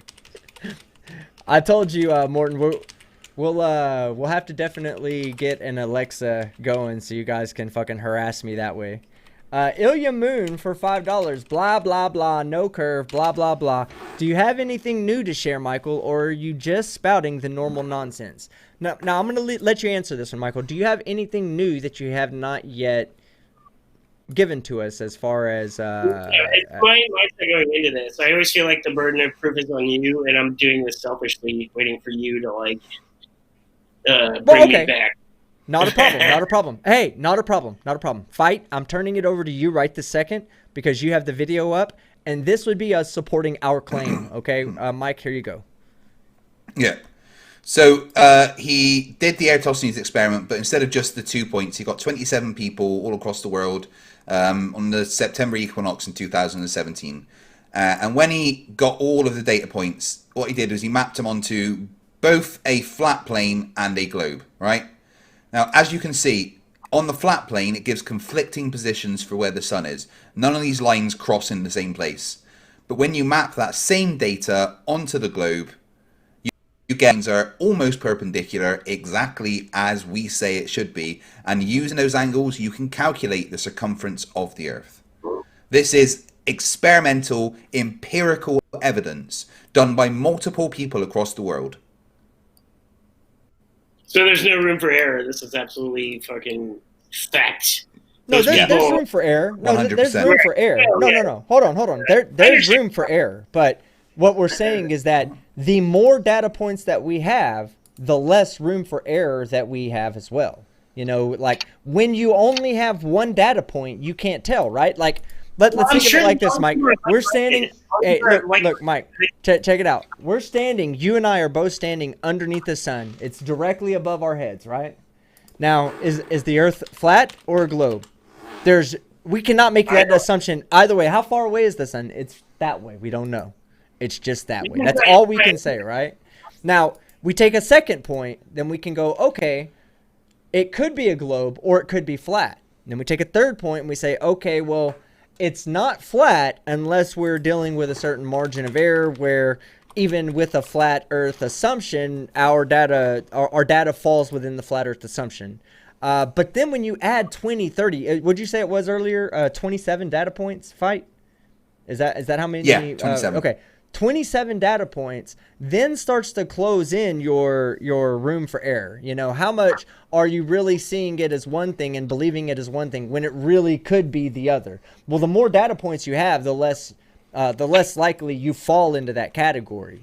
So that's why there's 27 data points being taken and plotted on 1, a flat Earth, and 2, a globe Earth. And they all seem to match what the globe Earth says. I mean, yeah. But none of it just doesn't work for the flat Earth. I'm sorry. To break this in. Please bash me while I leave for a second or two. As many comments. You guys are the coolest. I have to break the seal. I've been. Oh yeah. Go ahead. I'll read off some super chats because there's a few of them I can see. All right, Jessica G for $2. Remember when Michael was a flurf? Yeah, me neither.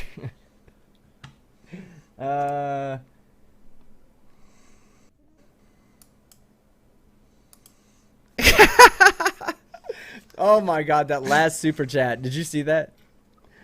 You can calculate, the brain density of a Karen and Flurf using Slipknot's equation. People equals shit square. Oh, beautiful. Thank you, Daniel. Let's see. I'll try to get through them as quickly as possible so we can get caught up. Factard for $2.79 Canada. My name is Mike, and I can hand wave away anything. I told you guys that I called it a long time ago. I said this could be somebody who's really doing this as their own personal study, and I would not have a problem with that. Like, if someone said, I'm going to act like a flat earther and I'm going to take the flat earth seriously so that I could do a report or a study on how the how flat earthers are dealt with by society or anything like that, I would totally fucking support it. And I called it. I'm not saying he's a fucking Poe, but I called that he was going to have a degree in some kind of philosophy. Yeah. I'm not saying he's a Poe, but he's a Poe. But he's a Poe. But he's a Poe. Yeah, so I did call that, though. I was like, I think that we're probably dealing with somebody who's a little bit more intelligent than the normal flat earther that we're having to deal with. Let's see. Matt Zurfus for $2. Paint him green and call him the Incredible Hulk. I'll have to tell him that when he comes back. Ilya Moon for $5. I realize big numbers are hard for you, Mike. I realize you can only count to 5, but you should listen. You might learn something. I can count to 10 if I take my shoes off. What's that? Wait, oh, you have 10 fingers. Oh, wait. No, he has to use one hand. He's like 1, 2, 3, 4, 5. Fuck. What do I do? What the fuck do I do? How do I get above 5? Oh, that's it. 6, 7, 8, 9, 10. There you go. And then he holds his other foot up and he goes, now how the fuck am I going to get above that? I say. All right. Well, I'm 15. What do I do now? Yeah. Ranger Man 9404 for $5. Does he have anything beyond nuh-uh and arguments from incredulity? No, probably not. Fight, did you find a question from the chat for him so he could maybe answer it? Sorry, I got distracted by trying to find the video and stopped looking. My bad. Not a problem. I'll keep going through the super chats. You just find a regular chat to read off to him. Bella Charge for $2 New Zealand dollars. Mike is the love baby of Nathan Thompson and Daniel Pratt. Are you, just by chance, do you know who either one of those two guys are? I know who Nathan is. I don't know Pratt. That guy? Okay. Daniel Pratt's the guy that always does his videos standing in front of a water heater. He's like a little bit heavy set with a bald head, graying beard. Looks like he fucking hadn't showered since the 70s. That's right. The door trim behind him hasn't been completed since the house was built.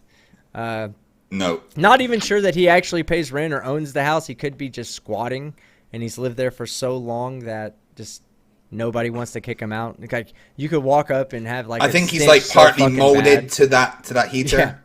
Yeah. It takes surgery to move him. I've been watching My Thousand Pound Life, and that is a wonderful show.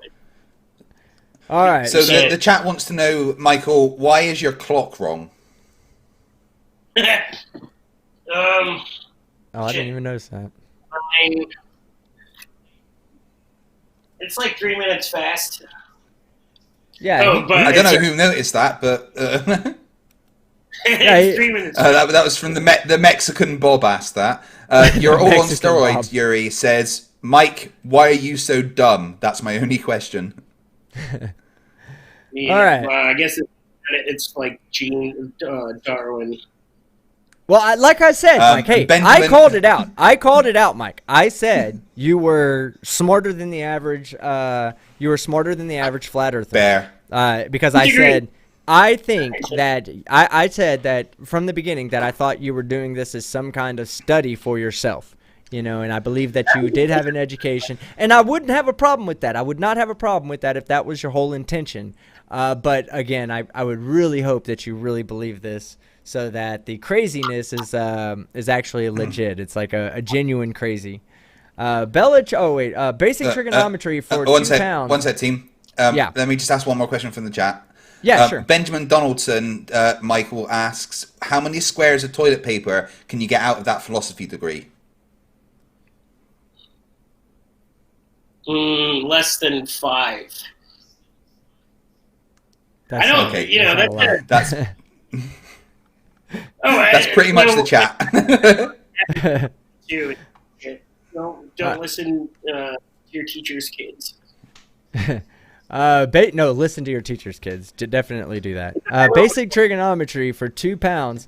Never seen a flurf with so many textbooks. Yeah, what are all those textbooks behind you? Are you are those actual philosophy books? I like right now. I'm super into real estate. I love it. Can't get enough. That's all I care about learning about. What you're trying to learn about? What now?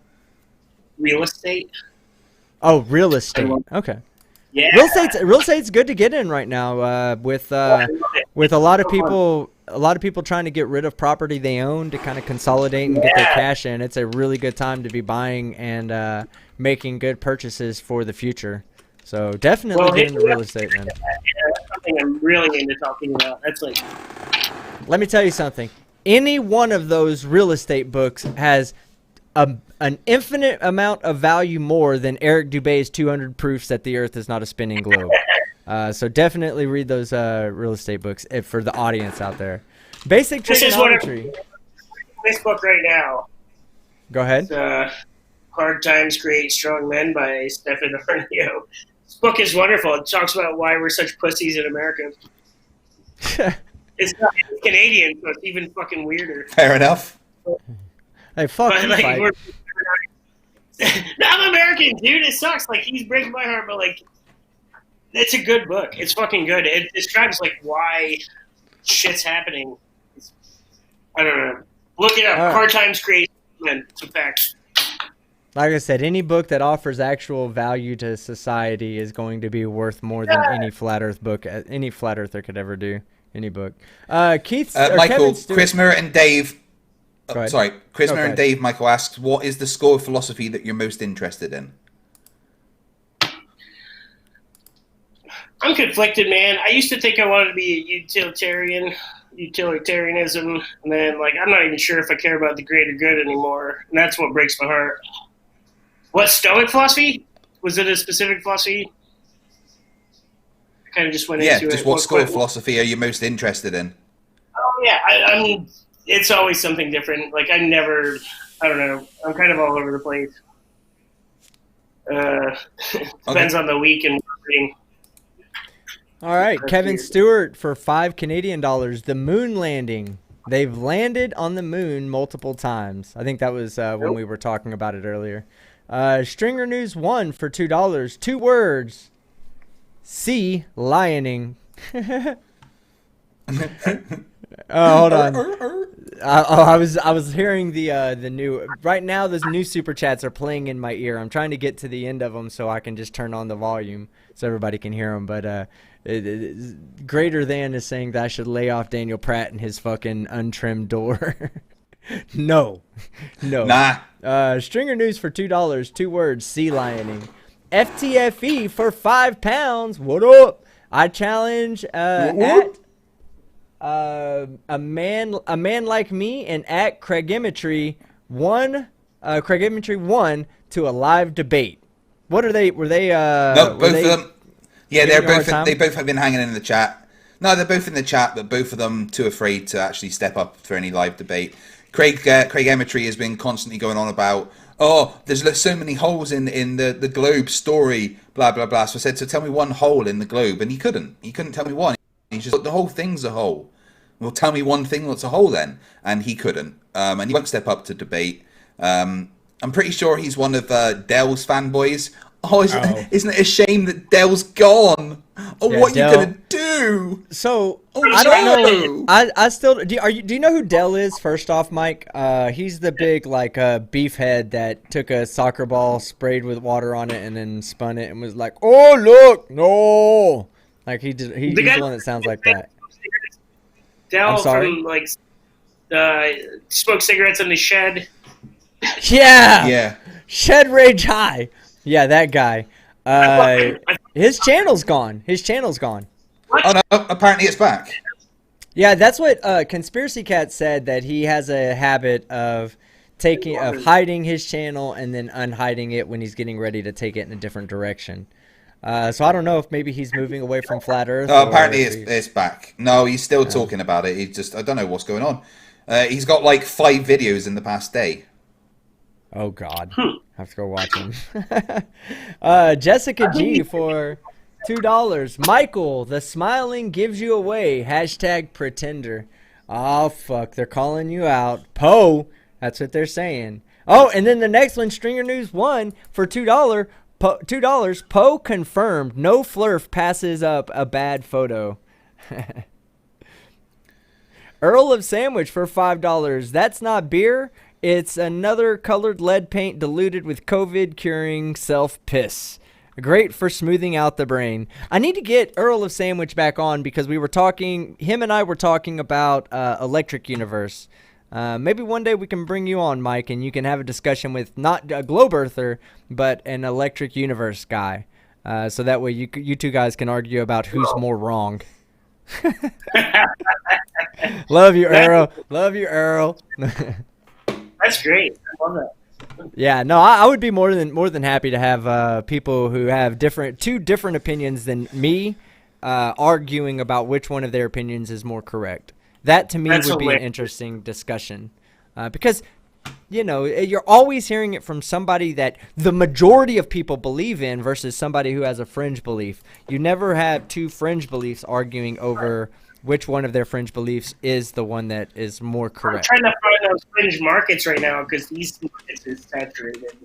It is. It's extremely saturated. I'll tell you, look into the Thunderbolt projects. There's a lot of good Electric Universe stuff out there that you could really find yourself going down a rabbit hole on.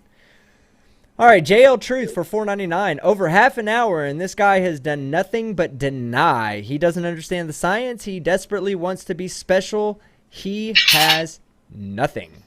Like I said, I could see you doing this as some kind of PhD project more than I could see you just doing this to, just to be ridiculous, just to be a denialist.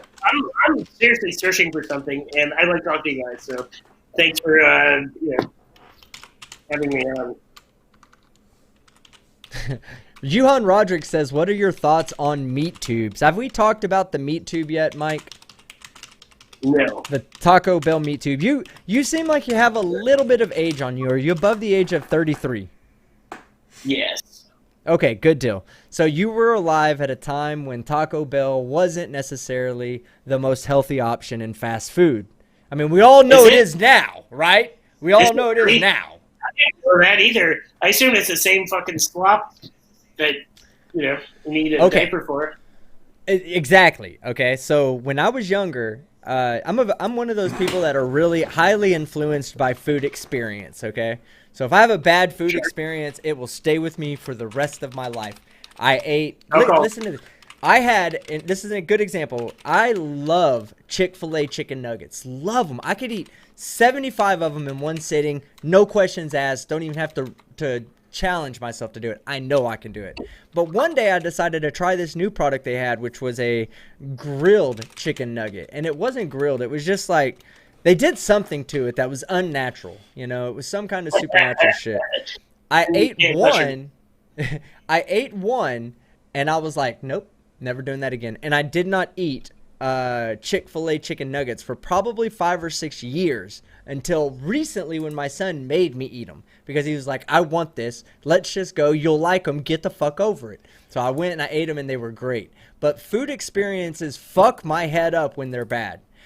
When I was younger, I went to a Taco Bell, and I legitimately watched somebody take like a caulking gun and squirt my meat into the taco shell. It's all lies. It's all lies. And I was like, I will never eat that again. I'll never eat Taco Bell tacos again because they put.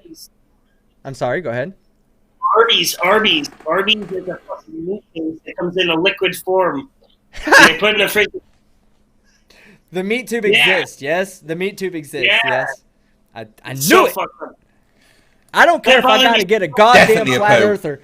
I got to get a goddamn flat earther to be on my side to prove that meat tubes were in existence in the late 80s, early 90s, right up until the FDA started fucking caring again.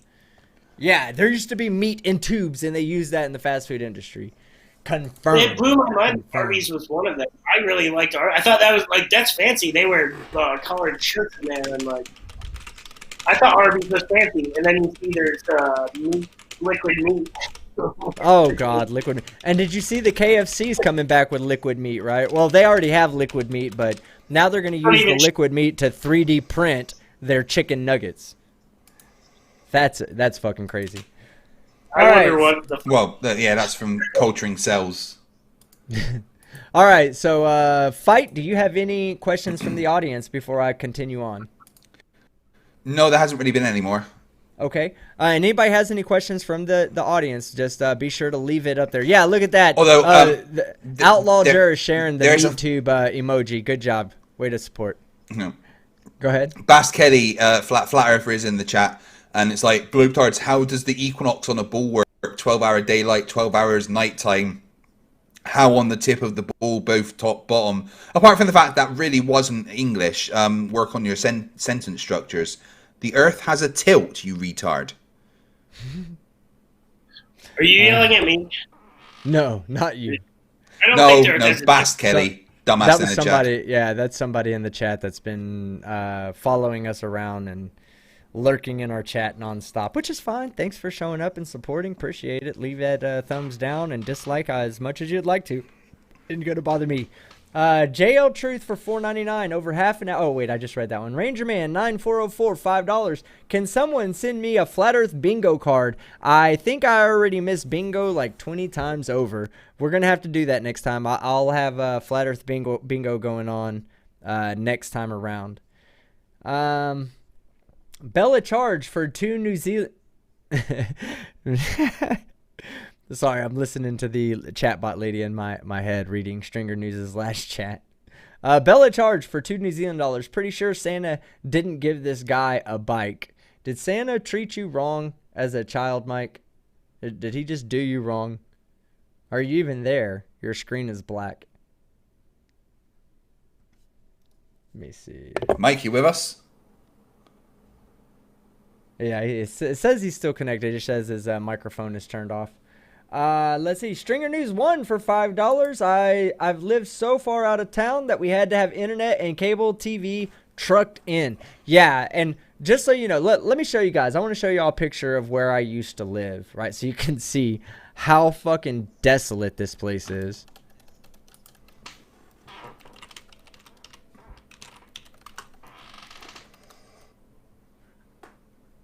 Oh my God. Just looking at the satellite view fucking makes me hate life when I lived out there. Okay. Oh, wow. All right, hold on. We've got a couple of questions for Mike, if you want, from the chat. Yeah, first off, is Mike there?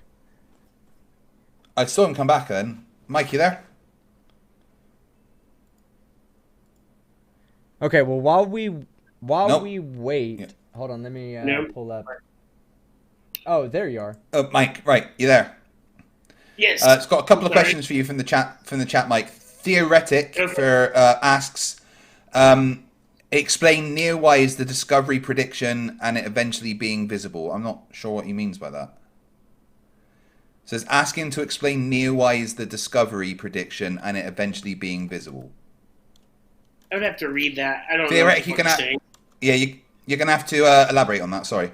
Gargantuan Leviathan says, Mike, have you ever fantasized about Orphan Red? About what? Orphan Red. Orphan Red.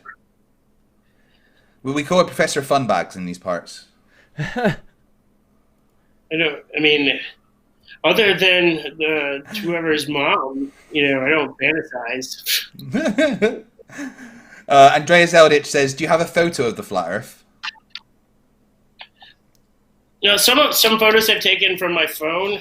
If you follow me on Instagram, but I'm not about to go there. Oh, you always comment, yeah. Sorry. Sorry. Theoretic was on about the Neowise comet recently. That's visible with the naked eye. How do you explain that? Oops, I didn't mean to smoke. I have no idea. Oh, I feel good. bad because is that okay? Did you put that disclaimer? Like people could be smoking. No, but you're good, man. You're good. That's great. It's fine. I feel like Yeah, I don't hold that against anybody. So. Yeah, Mike, how do you explain the observations of the Neowise comet over the last few months? whose comment? I don't Neowise understand. comet. I don't know. What was the comment? There's a big comet that's been able to be seen. Oh, Comet. fuck. Never mind. Comet. Move on, team. Yeah, I think comments are all the same. I mean, that's not impressive. We can predict. You can predict them how? If you're not using orbital mechanics, how are you predicting long period comets? Trusting in humans know when they're coming. Like it's been something that we've been able to do for a long time.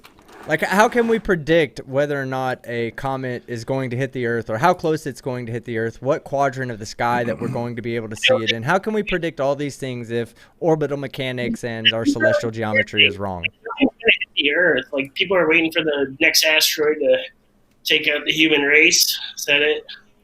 No, not at all. Not at all. It's an inevitability that it's going to happen, but we don't just assume that it's going to happen this year or next year. Another few of those movies got me like, solar flare. Hold on. How can you disagree when we have asteroids and meteorites that make it to the Earth's surface all the time? Like almost every single day we have an impact. So I've seen like shooting stars and all sorts of things, but I haven't seen anything land. And I hate to be that guy. Like I would like to see it. That would help my opinion, but like I can't just take everyone's word for it because everyone's word is kind of shit. I would love to see it, man. Send me to space. Fucking, I want to believe. It's just nothing is doing that for me. I don't believe. All right, so before we go any further, I want to share this picture with everybody because we were talking about where the fuck I used to live. This was where I lived in the military. Okay, this is the desolation. I lived way the fuck out here in the middle of the desert. This is like, I think Death Valley, the center of Death Valley is like right up here. I live pretty much halfway between LA and Las Vegas, right there. And that's where I live. I have a buddy and he sounds just like you, and I feel like you guys would have been friends, and he was on that base or in that area. Oh, you had a friend that lived in a military base in that area? That's probably one of the few military bases. Well, I did. Yeah, I did live on a military base out there, and you probably see it when you go in. In fact, I believe this whole area down here is it'd be up here. This whole area is one big test range right here, where the military does. They test like bombs and explosive ordinances and shit like that. Pretty fucking cool. But all right, but that was just back to our how we know that the satellites are where they're at, because people like me who live in areas like that were forced to use satellites. We could not have. There was no landline internet, no landline cable TV. It was all done through satellite communication. I knew a guy that worked for ESPN, and he was very upset with me about when I turned flat earther. We used to play disc golf, and he does satellites for ESPN, and he was just so like heartbroken and like it was weird, man. I don't know. I'm still having a hard time believing in satellites, and you can't see them. If they're that small, there's no way you can fucking see them that far away. Well, see the light coming from them though. Earl of Sandwich. Hey, Earl of Sandwich, the Electric Universe guy out there, says he'll debate you anytime on cosmology, and he's not a globe earther. He's an electric universe guy. He might think the Earth is shaped like a globe, but he will probably, have an alternate explanation for gravity, and it's just going to be something new to speak about. If you'd ever like, I'm sorry. The Flat Earth Society has the alternate explanation for gravity, which shows that they're fake. Y'all would both have an alternate explanation, but only one of you would be able to show. Go ahead. The explanation is the density equilibrium. That's gravity. What you consider gravity. Yeah. So Timothy Foster says, Team Skeptic. Shit, dude. When I was in, I had to go out there to train and inspect VX9. China Lake is a bullshit name. I saw no fucking lakes. Abso-fucking-lutely, there's not a goddamn lake anywhere near fucking China Lake. That place out there, I think it got up to like 120 something degrees one time, and they said go out there and clean up this like oil spill. One of our trucks had an oil leak, and there was some oil that needed to be cleaned. And I went out there to clean the oil, and I shit you not, I looked at the oil and it was moving. It was just like self-moving all by itself, just with convection currents, and I was like, holy fuck, it's hot out here. Do you believe oil is fossil fuels? I'm sorry? Do you believe that oil is fossil, like they're fossil fuels? It's a fossil fuel? Yes. Do you believe that they're just wondering. Yeah. I believe that they're organic. They're the result of organic material being under high pressure for extended amounts of time. Yeah. All right. So they're finite. Are they infinite or finite? Finite for sure. Yeah, no question about it. It's finite. It would be good if we could go away from using fossil fuels to something more efficient for humanity. But the way it works is I can't think of the exact term. It's like calories per gram, like the number. The energy per unit of mass that is in fossil fuels is extremely high. So it's not the highest, like we can do better, but it's really easy for us to use the fossil fuels and get that caloric ratio. It's better than, like, let's say water or a few other things that are out there that could provide energy for us. So the idea is that there's minimum amount of effort to get a maximum amount of energy out of the fossil fuels, and that's really what keeps us dependent upon fossil fuels, is because of the amount of energy we get back from the amount of energy that we put in, like what it takes to get that amount of energy. You have some fans that want to burn humans instead of old dinosaurs. Want to burn humans? Why would you? No, what? Yeah, that was a comment. That was a comment. Oh, I didn't see it. Anti-human folk. All right, so let's see. Fohammer 335, and anybody in the chat has a question, leave the question, and fight will be energy density. That comes from Rob Bennett. Let's see. Fohammer 335 for $5. I just got LASIK today. Dude, I might have to get LASIK, man. I'm struggling I'm starting to struggle to read the words on the screen without hitting the Control Plus button like 6 times to increase the font. But congratulations, Fohammer. I just got LASIK today. Seeing Team's face made me legally blind again. Hey, fuck you, Fohammer. I just complimented you. I should have read the fucking super chat first. The reason he needed LASIK in the first place was because he watches your videos. Yeah, right. It's probably why I need them too, because I have to fucking watch them. Hey, why are you guys timing out Earl of Sandwich? Let me see. What's Earl done? I am not a flat earther. Stop being a. So okay, guys, look. Earl of Sandwich, don't look. People are going to give you a hard time just because you're not a flat earther. Doesn't mean that they're not going to give you a hard time for being an electric universer. What I will say, guys out there, is as long as the conversation is peaceful and there's no hate going on, I'd prefer people to not be timed out. If they are being hateful, then absolutely time them the fuck out. I don't care who it is. But Earl of Sandwich is a pretty good dude, so I don't see him making excessively fucked up comments. So if it's just a personal thing, just guys, if you could let him make it, and we'll bring. Yeah, you I don't see what Earl of Sandwich has done wrong at all. Yeah, so I see nothing wrong with what he said there.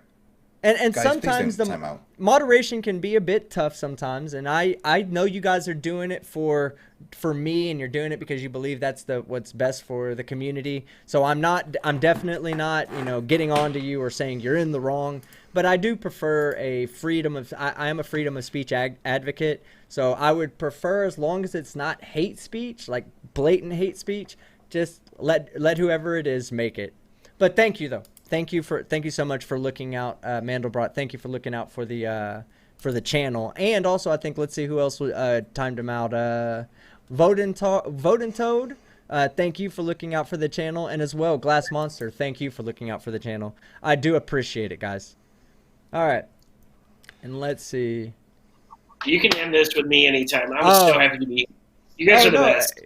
You're cool, Mike. You're cool. And then Mandelbrot said I timed him out for evading questions and then insulting me. Okay, I mean, understandable, Mandelbrot. I know you've been around for a long time. I trust your judgment. Just keep in mind, I would prefer that people at least have the ability to speak their mind, if they're not being absolutely hateful. But if he is being absolutely hateful, then not much I can do about that. All right. Let's see. Michael, we've got a question from the chat for you, from Daniel DNM, who I think is a satellite dish installer, and he says, after I've installed or repaired a satellite antenna and receivers for satellite TV systems, how do I know that my work is done so I can go home, drink beer, and watch Team and FTFE's awesome videos?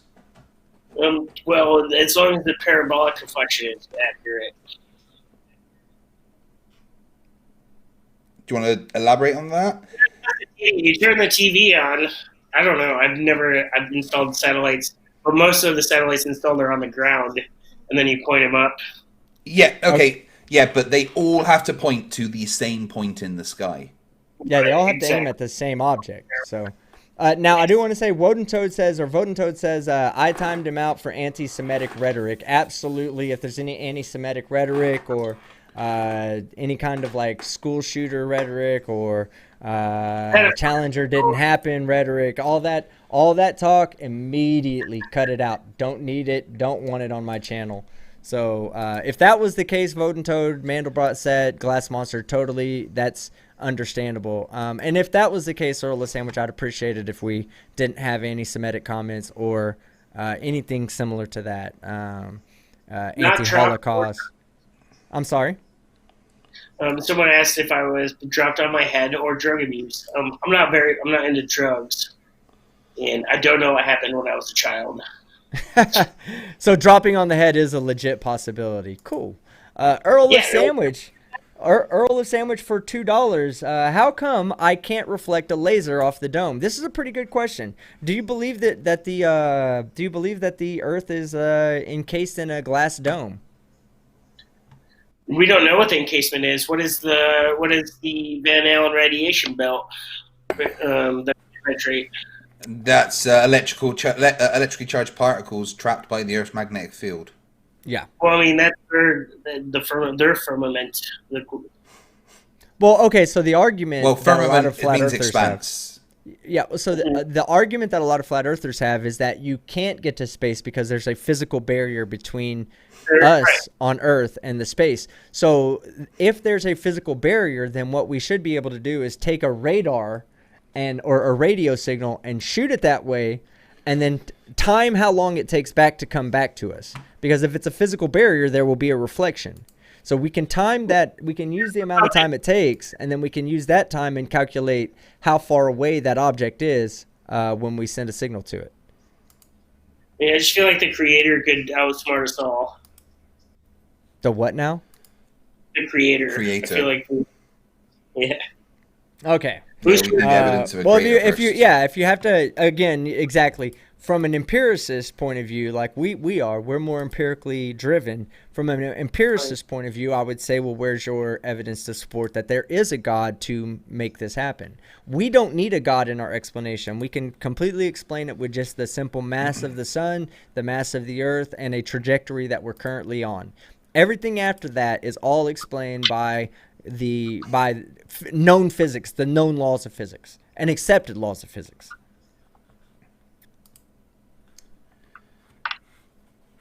All right, Justin Lazelle for $5. I haven't seen a Poe this big since I was at a strip club watching this mum dance. Unfortunate for you there, Julian. You were at a mom strip club. Oh man. But yeah, so moms need money too. So obviously, I do not discriminate against mom stripping. But again, there's people out there that think you're a Poe. And the fact that there's this conversation that's going on means you're doing a pretty good job, because not everybody's just go, nope, Poe confirmed, Poe confirmed. I still think you're just an advanced researcher trying to do an abstract science experiment or philosophy experiment. Greater than for $5. Let's play Never Have I Ever. Never have I ever smoked so much weed that something a flat earther said made sense. I'm not raising my hand because the flat earther has never said anything to make sense about anything, no matter how high I was. So, and then let's see, we have Athens619 for $5. I know he's a Poe, but I like to see him ad hoc his way after watching this video.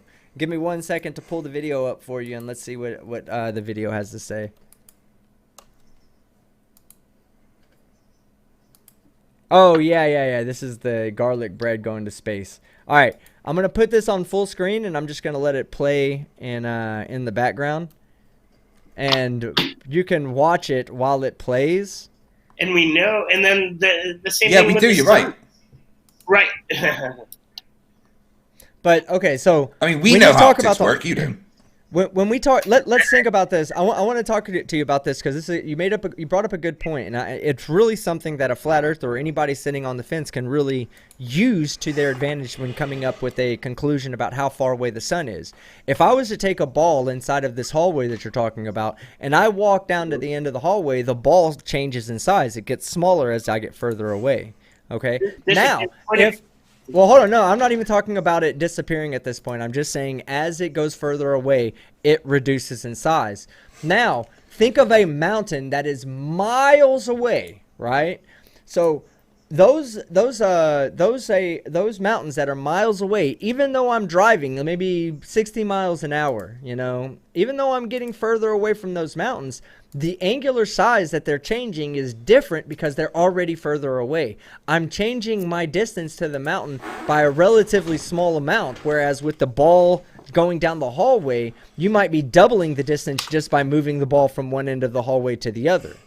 So that's why we say it's far away, because even though it changes throughout the day, it goes from one complete other side to the other complete other side, from our perspective, the size of the sun never changes. It's always the same size. 0.52 degrees angular size in our vision.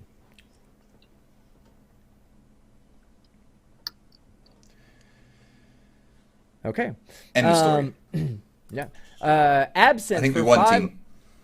Absinthe for $5 Aussie. Please explain how they took your degree away because they found out how you forgot to do a calculation. Oh yeah, I guess that's one of your fans talking about they took away your remedial math degree because you forgot to do a calculation. I really love that. I had a surf safe too, guys. Irish Demon for $2.99 Aussie. Subscribe to Aussie Demon. Subscribe to Irish Demon.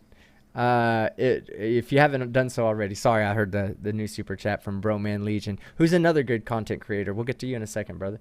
No big deal, but it's my birthday, lads. What? Birthday? Woo! Irish Happy fucking birthday demon? to you. Happy birthday to you. Happy day, Irish demon. Happy birthday, you ugly fuck. Trent's been taking singing lessons. He hit a note there I wasn't sure he was capable of. I have a gay brother. Don't worry about it. I can hold a tune. If it's in the right key, I can hold a tune. No, I have a brother who's a wedding singer, and he sounds just like him. He's the family wedding singer, but he's gay. Nothing wrong with that.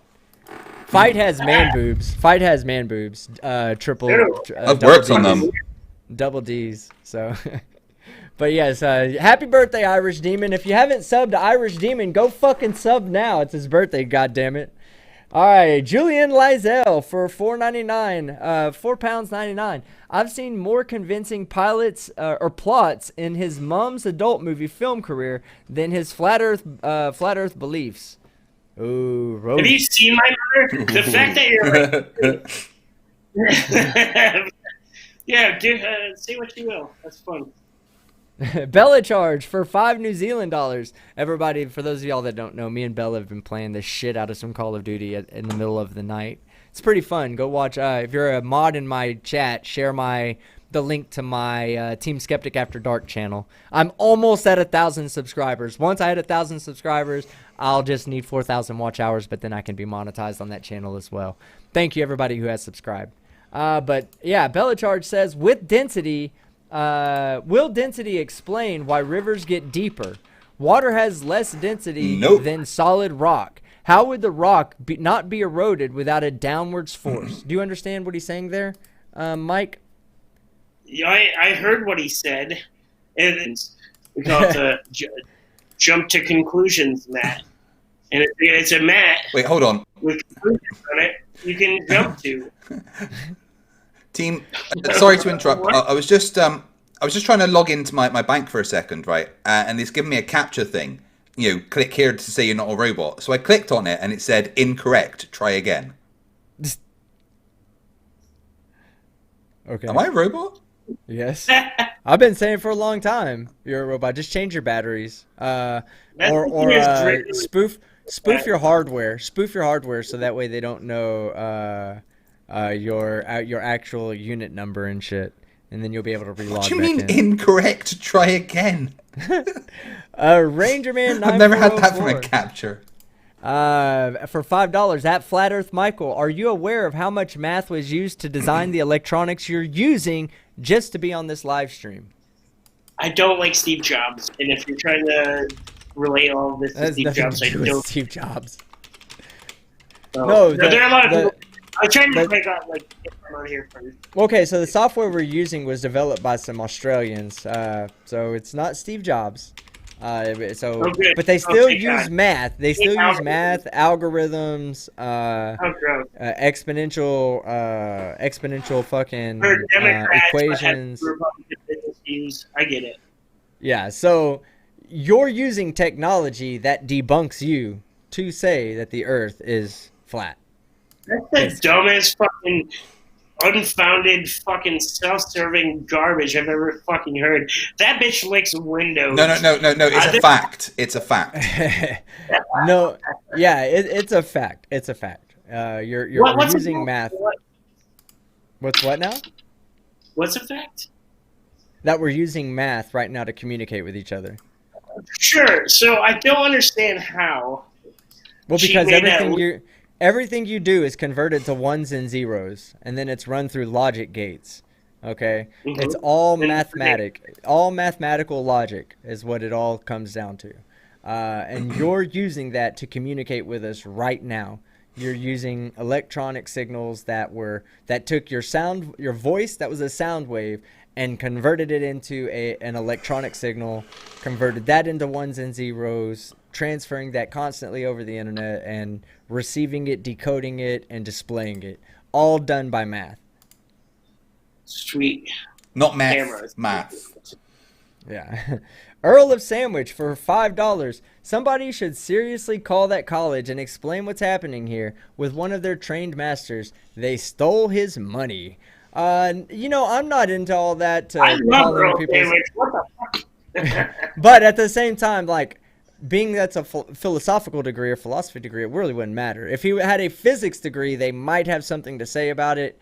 But at the same time, with a philosophical degree, this is well within the realms of philosophy here, guys. Talking about the shape of the Earth and not necessarily needing empirical data to describe the Earth that's not something that typically philosophy works with. They just work with the the process by which somebody comes to that conclusion, the process of how the thought process works, from the point of receiving data to the point of coming to a conclusion. There's different methodologies that each one of us have that can typically be classified by different fields of philosophy. Did I nail that right, Master Philosopher? I think that was fine. Okay. I don't fine. think any of your fans may have. Oh, you're talking to Flat Earth, Craig. No, I was No. talking to you. Craig, how was your talking to you. pizza? You guys have fucking pizza in England? It was. Yes, I live in Scotland.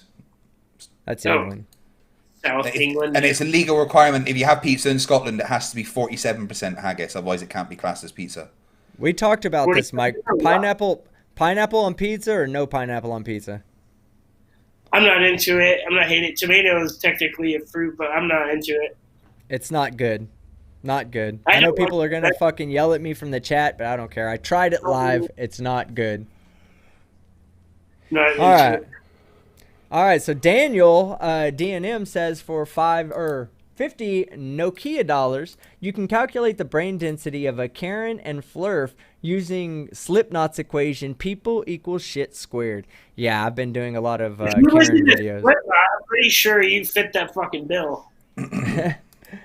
Julian Lazelle for £4.99 pounds. Sleeping Warriors broken purple tot has less shame than this Poe. Do anything for attention. Very, very sad. Yeah, his purple dildo, Sleeping Warriors purple dildo. Yeah, there's a lot of shame involved with that. Morton Nilsson A for lot of shame. Yeah, for 89 Donkey Kong dollars, do not Google Daniel Pratt. That was a warning to you there, Mike. I don't know if you've already Googled him since we were talking about him earlier. But if you haven't, Morton Nilsson says you shouldn't do it. James Hogue for $5, and he has reasons for that. The guy's a fucking nut job, man. He's a detriment to society, and I don't care whether if he was a globe earther, I'd be saying the same shit. He's just a piece of shit human Who are we talking about here? Daniel fucking Pratt. He's a piece of shit human being. Yeah. He just called Craig a child molester. Just to call him a In two molester. videos. Yeah, not because he has evidence or even speculative evidence, like where he could say, "Oh, even though I'm reaching, I could come to the conclusion from this evidence that Craig, diddles children." Nothing like that. He just says it. He doesn't, he's been booted off YouTube for saying the Holocaust wasn't real, for saying Columbine and Sandy Hook and all those are false flags. Alex Jones. Alex Except Jones type shit. Alex Jones was up down the Holocaust thing. He's very pro-Zionist, Alex Jones. But he's getting them all. He's touching them all. Well, yeah, so Daniel Pratt's a fucking piece of shit. And he doesn't need any more attention than he already gets. I went But for Thomas Pratt and Clay Pratt. Is it Pratt? yeah, Pratt. Yes. And if one of the mods wants to grab his newest channel and put it in the chat so that Mike can eventually come back and find it, yeah, good luck. You'll definitely not find anything worth. Here, I'll just play just to show you how fucking dirty he is, because that's a dirty bitch. Hold on, let me see something. Dirty bitch. I've never heard He Daniel is. Pratt described in a better way. I'll describe him perfectly. He is a dirty Hey. bitch. Who is this guy? Oh wait, it was sent to me on Twitter. Let me go check my Twitter messages real quick. Oh I yeah, have a Pratt really- also said that he would. Yeah, Pratt also literally said that he would kill me and he wouldn't care about it. Did you not wear a mask? Because I understand. Because if you don't wear a mask, you should die. Oh no, Daniel Pratt won't wear a mask. All right. I'm just So here- kidding. I don't think. Here's Daniel Pratt for you right here. Now let me get the volume up on him. It's in the cellar. Do we have to put volume up on him? Well, the thing is it's gonna here. I can't hear it. Yeah, but you're gonna hear yourself. So y'all don't talk for a second. Takeover and this. I mean, I understand why people think that way. He hadn't cleaned his garage in 3 years. Please allow me to make my case. He for hasn't why finished all his that trim is in going 3 on years. I know this because I've been of Flat Earth. following this dipshit since I got on the internet. Flat Fix Earth your looks door. taking off. End of 2014, beginning 2015. Like, he's so fucking serious about it, right? Like, just a dirty ass individual. He's fucking so serious about the flat earth. He takes everything, like, he false copyright struck me because I made a video making fun of him. And he's like, you can't use my video to make fun of me. I'm like, yes, I fucking can. First off. Second off, eat shit. And then he fucking talked all his shit, claimed that we were threatening his life, threatening his children's lives. He made a plea that for somebody to call the FBI and report Team Skeptic in his fucking sock accounts. Yeah, Daniel Pratt, none of that shit was true. You didn't do any of it. You didn't call any FBI. Your life wasn't in danger. You're just a piece of shit idiot who hadn't showered in years. Go take a shower, fix your fucking door trim, clean your fucking garage, and pull whatever stick you have up your ass, out of it, and down your throat, okay? Okay. All right, now let me get back to the super chats. Sorry, we had to go on a small rant there. If there's anyone who deserves being ranted about, it's Daniel fucking Pratt. Right. What were you gonna say, Mike? Oh, yeah, I've never heard of her. Yeah, thank you. Heard of her. That's great. That about describes the vagina that he has between his legs when it comes to criticism. Any criticism against him is an attack on him. Yeah, he's got a big old pussy. Because, like, everyone's worshiping Baphomet and Lucifer. It's their time now. Oh, go check the Blood Over Intent people. That's another fucking crazy group of people. You get lost watching their videos. And Hail Satan. Satan's losing. Lucifer's taking over. They're different, you know. Have you seen the Blood Over Intent people? No. Okay. They're the ones that are like, we're going to bring heaven back on earth, and they prick their fingers and they smear blood all over the fucking paper, and then they burn it. It's called blood magic. Yeah, those people are fucking crazy. Yeah, crazies. All right, James Hogue for $5. If you have 5 friends that live on globe Earth and 1 friend that lives on flat Earth, how many friends do you have? 1, because only one of them lives on the real Earth. Greater than for $5. Team, you have to lay off Pratt about that doorway. I told you, dude, he can't get any trim. Yes, he can't. Here, I'm going to start putting the chat bodily on now. Let me move it over to the... Hey, say something, fight?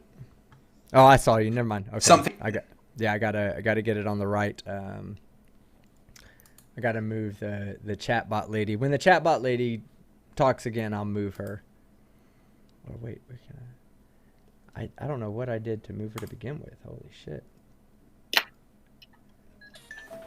Okay, I'll move her in the next one so that way everybody can hear chatbot lady. But oh, here it comes now. Let me see. Oh, and your lights are going.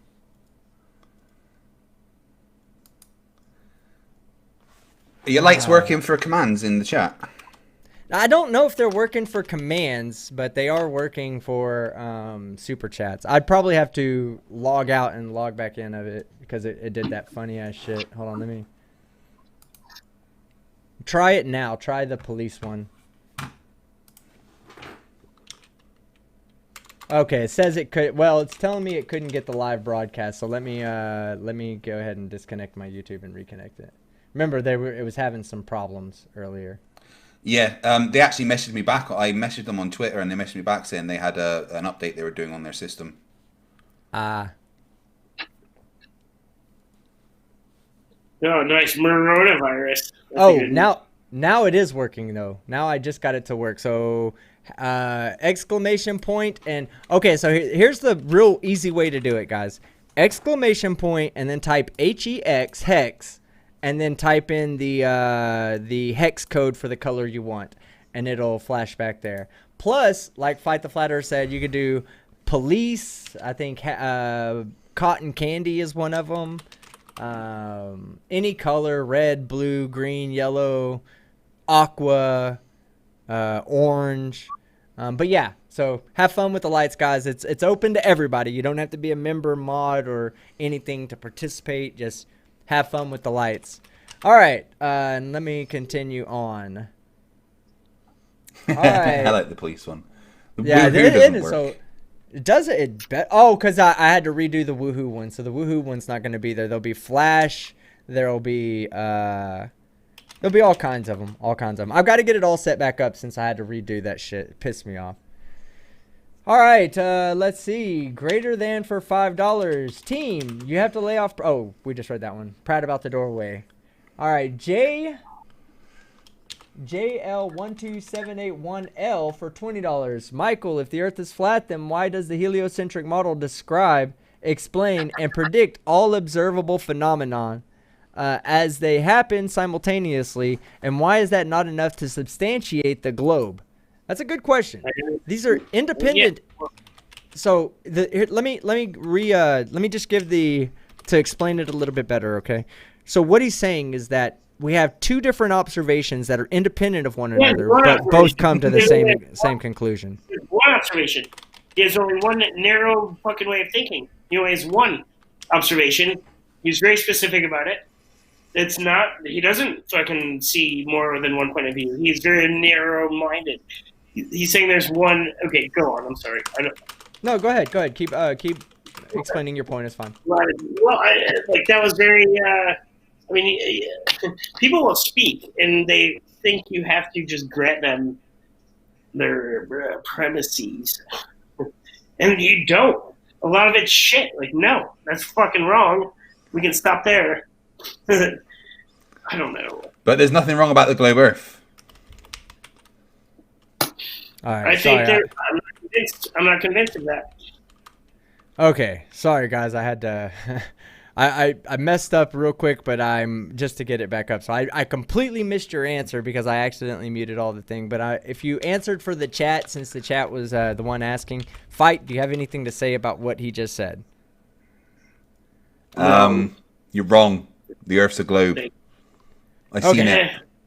And now, when new super chats come in, you'll be able to hear them, okay, Mike? So if a new super chat comes in and you want to answer that, if you want to answer a new super chat, berated by an English accent. I hope it has an English accent because nothing is better than being berated by someone that you think sounds smart. It's weird though because I live in the South now, up in the North, and like the Southern accent, I always feel like they sound stupid even if they're smart. And the English accent, they can say the dumbest shit and it sounds smart. Yeah. Here, the lady's not talking. Oh, it sometimes takes a second. Hold on, here it comes. Can you hear this? No.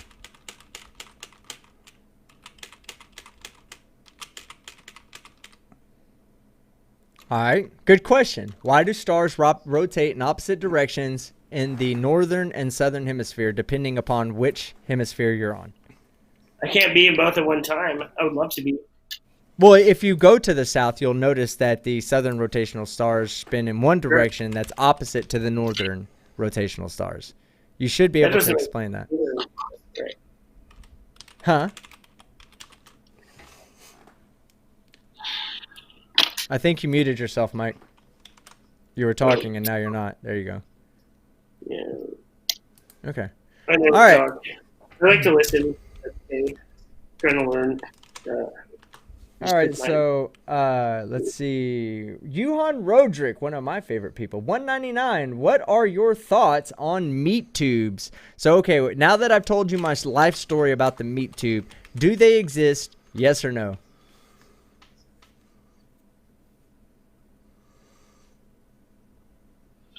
In America, I don't know about Europe. Probably has better standards for beef. Yeah, they probably do. I actually, hold on, let me go show you guys something real quick. Fight, I'm turning it over to you for 30 seconds. Quick, when he's out, just get some porn up. Donkey porn especially, that's the good stuff. Yeah, you gotta go to Tijuana for some shit like that. You watch that live. Michael, they sent me a meme about you. What do you think? Definitely a virgin, not a pretender or a co. Yes, in America, meat tubes are real, and I consume meat tubes regularly, guys. Okay, this is no bullshit. This is me. This is dinner tonight. That's lunch tomorrow. This is probably dinner tomorrow night, and I have one more of these in the fridge thawing out. So, the meat tube is real, and yeah, I just proved it. So,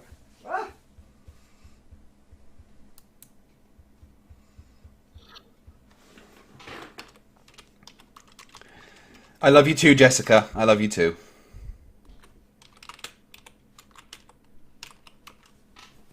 What are you doing down there, Cookie?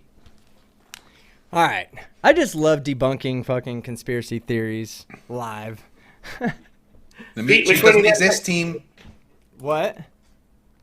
What are you going to debunk now? I don't know what you debunked, but let's go. Right now, I'm debunking all these claims that wearing masks actually cause you to lose oxygen levels. They cause you to rebreathe in your own viruses that you produce. They cause you to that they're ineffective.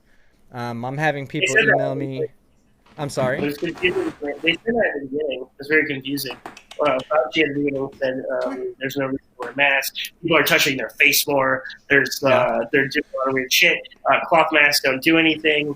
Only the N47 masks do shit. And then now it's like, oh, it doesn't matter. You can put a bandana on and just cover your face. It's very strange.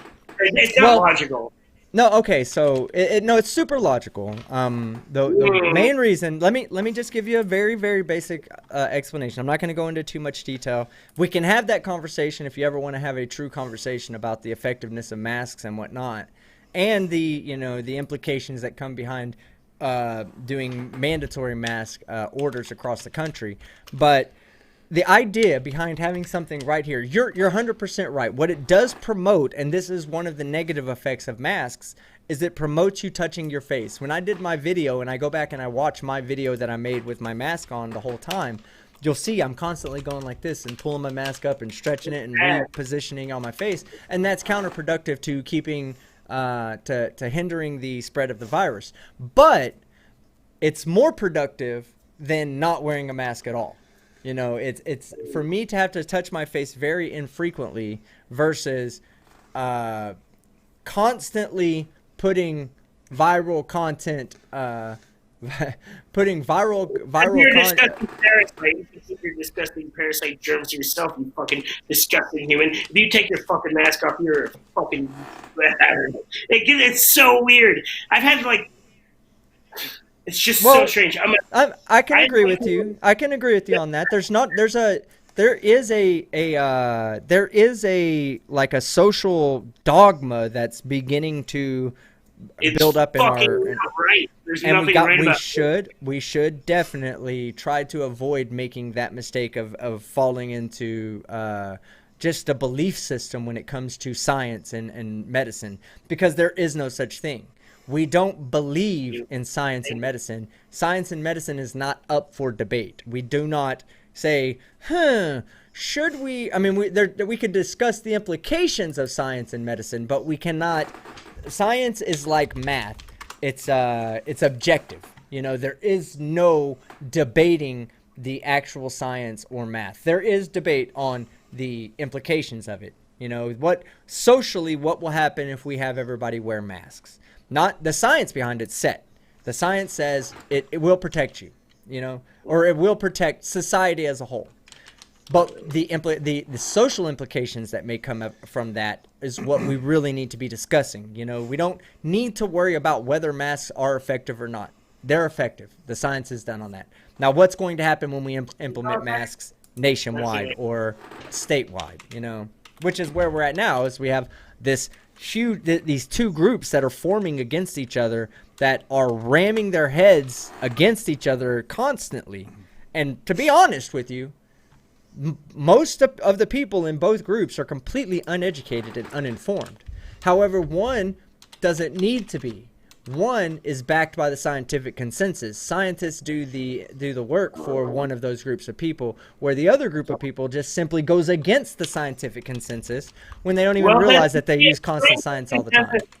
Law. So my problem with that is you can't just say scientific consensus is fucking law. That's not what I'm saying. Well, yeah, no. Okay, so here's the thing. Lawmakers take the scientific, that lawmakers take science into consideration, but scientists are not lawmakers. They don't go and say, okay, guys, this is what the law is. For instance, California, right? They have a mask mandate in the entire state of California. The mask mandate was brought on by the scientific consensus, by the information given by the field of science regarding what will happen regarding the spread of the virus if everybody Who wears are a their mask. study funded by? I would like to know who they're studying funded by. I'm What sorry. is it? What is I this didn't catch consensus? that. What is Well, this consensus? the consensus is that who are the studies funded by? well, they're all over the world. I mean, they're not funded by Okay. any one particular organization. You have They studies that are are. going on in That's right. Japan, in Germany, in Sweden. In fact, Sweden is taking a completely different approach than the rest of the world. So they're doing their own studies over there and failing miserably, by the way. No one's doing their own studies. Yeah. No one's giving people money to do their own studies. But that's what I'm saying. It's like Johns Hopkins University does their own studies. The CDC does their own studies. The WHO does their own studies. Not necessarily is it funded by the same people. In fact, when you're talking about people that are racing to find the vaccine or to come up with a vaccine, this is going to be funded by different people. There's not going to be one person funding 6 or 7 different groups, having all of them competing against each other, unless they're, funding different ways of trying to find the vaccine. I'm talking about like 2 companies that are using a similar approach and butting heads. They're not going to finance both of them. They're going to finance the company they want to win and try to put that company in a position to have the first vaccine. But that's regardless. I love that. Yeah, you're right. No, that's right. That's funny and scary to me. Right. Oh, I'm gonna leave. Thanks for the mention, and I'm out. Yeah, take care, bro, man, Legion. And what's funny, man, is I watched several of your videos the other day, and then I watched some of Prime Red's videos the other day, and then I was on my gaming stream, and I was like, we were looking at one of your videos, and I was like, is this guy fucking Prime Red? This has got to be fucking Prime Red. And it's not, man. You and him are both great content creators, and I'm glad that both of y'all are new to our community. If you're out there listening, and after this show, if you want to go check out a channel, go look up Broman Legion. He is a good channel. All right, let's see. JL12781L for $10 says, Michael, why does the heliocentric model explain? Oh, I just read that one. I'm sorry. God, my thing keeps moving on me every time a new super chat comes in. It's throwing me the fuck off. JL Truth for $5 says, plastic is made from oil. Oil is made from dinosaurs. Plastic dinosaurs are made from real dinosaurs. Hashtag That is true. mind blown. What were you saying, Mike? Oh, yeah. Yeah, dinosaurs. Whoa, in space. I love those things in kindergarten. Wait, dinosaurs were in space? Wait, are you under the impression that dinosaurs are fake? They taught both those concepts to us in first grade. Are you under the impression that dinosaurs are fake? When I say fake, I'm saying the narrative that describes dinosaurs. Well, I don't think dinosaurs was. I don't think dinosaurs were. Okay, so here's my problem. Remember, they used to look like big lizards, and now they have feathers, and now they're birds, and they can't even make up their fucking mind because it's all bullshit anyway. So they were saying, like, oh, dinosaurs were like these big lizards, and now they're chickens and fucking birds, and, like, they're not even trying. No one really fucking cares. It's fucking weird. Do you have any kids? Do you have any kids? You're telling the story. No. Let me ask you a question. Do you have any kids? No. Do you intend on having kids in the future? No. Okay, well, should you accidentally have a kid, that kid is not going to be an exact copy of you, okay? It's going to be a descendant of you. It's going to have small changes. While it will be mostly like you, it will have small changes that are different from you to him. And the compilation of these small changes over the large period of time is what has led the dinosaur to becoming a modern-day chicken. The chicken is literally just a descendant of dinosaurs. That's it. Oh my god, you're telling the story. Fucking, I don't know. It's your Well, story. it's a story. It's a story backed by evidence. I mean, it'd be different if I was just making it up, but it's backed by evidence. Is it what evidence? They're changing it every fucking day. No one gives a shit. Yeah, of course it changes. It's a Bayesian model. It's a Bayesian model. It changes with information that comes in. With new information, makes us more completely aware of the final solution. Okay, of the final answer.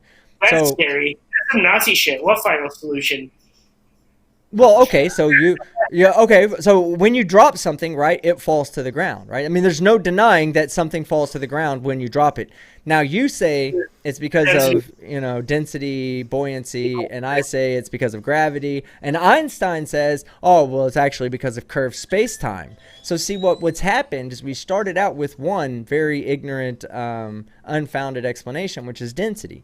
Then we moved to a generalized understanding, which is gravity. Then we took it to a more well-defined understanding, which is the theory of general relativity. And one day we should be able to replace the theory of general relativity with an even more descriptive theory. So because it's still a fucking theory, it's not fact.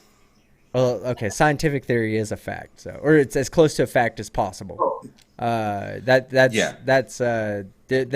you're trying to conflate the colloquial term of theory with the scientific term of theory, then we're going to butt heads on definitions. But absolutely, what I'm saying about the scientific theory of general relativity is our best understanding of what is the cause of gravity. What makes two objects appear to converge towards you, to be attracted by mass. I don't think mass attracts mass. That's silly. All right. JL1278L for $5. Density columns do not work unless there is gravity. If there's no force acting on the column pulling downward, the density has no effect. Have you seen that? Have I showed you that before? Hold on. Density column. 500 years of practice. We haven't fucking... In free fall. Hold on. I got something to show you.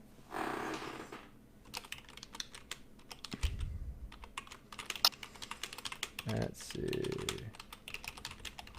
I gotta find it because I don't have it. Wow.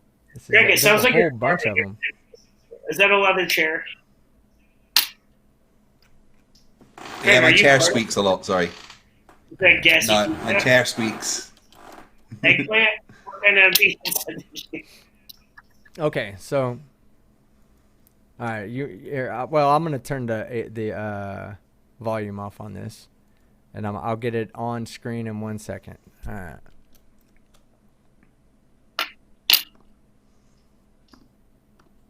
Okay, so here you should be seeing this, right? All right, so here's the they're on the parabolic. Hold on, they're on a parabolic flight. Now, when you're in free fall, you legitimately have no gravitational forces acting on you. Back in 1 sec. Or the combination of all forces include the gravitational force and include the non-inertial force that you would be feeling in the opposite direction. So when you're not accelerating towards the ground, you don't have the non-inertial force canceling out the force of gravity. So you only have one force acting, and that force is acting directly down. So in this picture, or in this still frame that I have it, I'll let this finish reading out.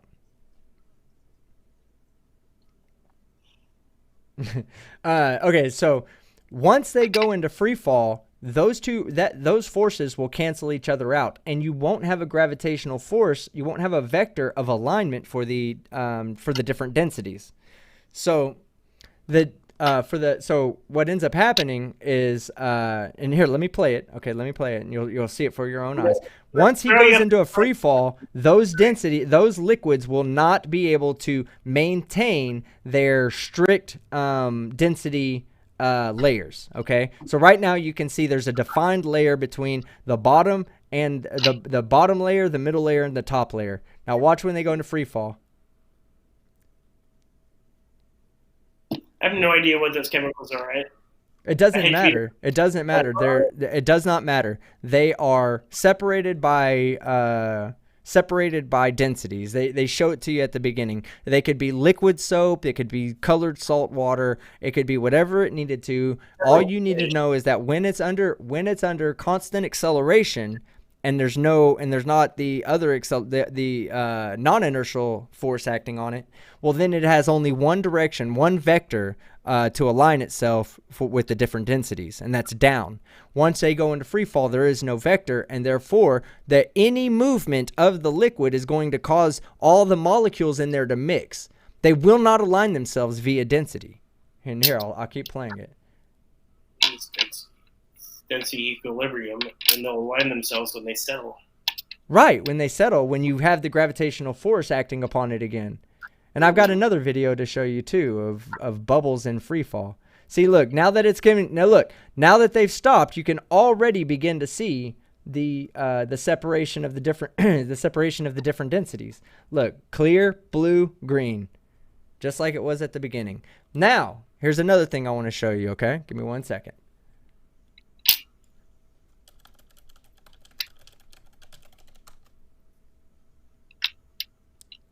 All right, here it is right here.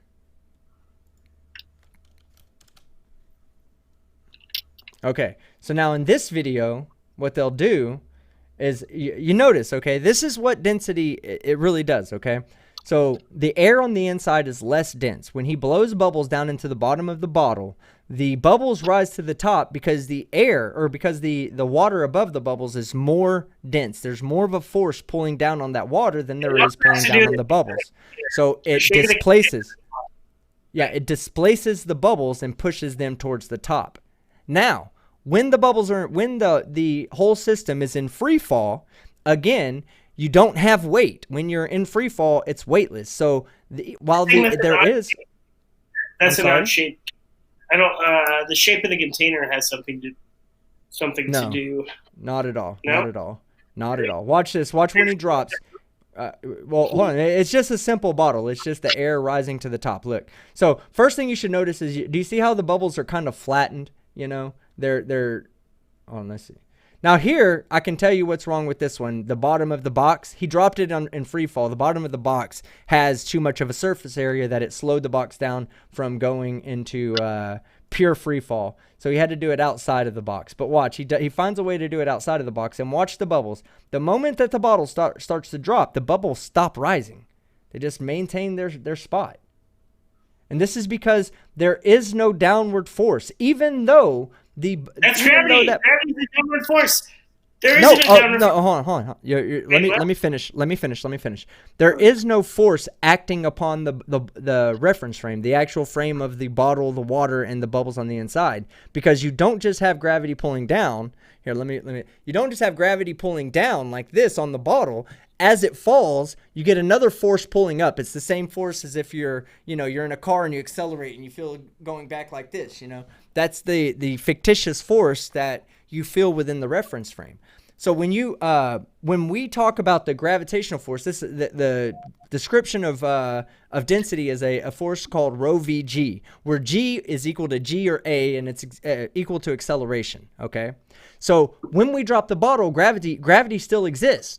However, the bubbles don't go to the bottom. Why? Well, it's because while the bottle's dropping, there's also a non-inertial force in the opposite direction, and they both act on the bubble, giving it a zero acceleration. So the entire liquid, air bubbles, container, straw, all that feels no acceleration at that time, because it's really feeling two accelerations, one due to the earth pulling, and one due to the fact that it's accelerating towards the earth. And those two combined cancel each other out. And when they cancel each other out, you get the situation we just had, where as it's falling, the bubbles do not rise. They simply stay in place. There is no gravitational acceleration being felt on those bubbles. Also, you'll notice that the bubbles are circular and not flat. The bubbles are circular and not flat because there is no pressure on the inside. There is no greater pressure on the bottom than there is on the top. It's pretty much an equal pressure because, again, we've removed the gravitational acceleration. Because it doesn't exist, because gravity's bullshit. There's density. Oh, well, I forgot to put myself back up here to show you. But yeah, no, that's the reason why. Okay, so let me get back to the super chats. 1 second. I have to wake up so early tomorrow. What are you guys doing? You guys going to the club? I don't go out to the clubs anymore. I'm too old for that shit. I go to the bar and have a drink with a pretty friend. But I haven't done that in a while because of this stupid fucking COVID. Wish this goddamn pandemic would get out of the way of me getting some booty. Because god damn it, I don't know how much longer I can deal with it, guys. I'm literally about to buy a fucking goddamn real doll. Just kidding, I'm not gonna buy a fucking real doll. All right, let's see. It's already in the one. mail. What's that? It's already in the mail. That's why you're drinking. Yeah, you're right. All right, Stringer News 1. Bring back Cream Skeptic for our eyeballs' sake. Oh, fuck off, Stringer News 1. Actually, I talked to Wildman Fujiyami, who I believe is in the chat right now. Let's see. That Wildman. I think he's in the chat right now. He's told me, yep, he's in the chat. Let me go ahead and tag him. What up, bro? He's in the chat right now. He's actually going to be, he has our virtual reality set working. We're going to try it out this weekend. Him and I are going to put it through the test, as well as, get this, guys, we're going to have a live audience inside of our virtual reality chat. So for those of you out there who are lucky enough to have a VR setup and are sitting at home, when we do some of these debates or some of these live streams, when me and Fight are getting into our VR stuff, we're going to have a VR set and we're going to have the virtual reality audience so y'all can sit out there and participate and be inside of the actual show. It is going to be fucking epic. So Wildman Fujiyami, thank you so much, man. You've been a fucking godsend to this channel and I appreciate it. Morton Nielsen for 45 Donkey Kong dollars. Mind blown? Question mark. According to Rule 34 of the internet, there is porn starring Daniel Pratt out there. Oh my god, I bet there is. Rule 34. I brought that shit up the other night. I hope not. I really fucking hope not. Broman Legion. I mean, just the thought of Daniel Pratt prawn. Broman Legion for $3. So how do you explain mountains casting shadows up? How do you explain that, Mike? I know you've seen that picture, right? Magic. Oh, right? you got more photos and videos, or do you have any math formulas to blow my mind with? We can come up with one.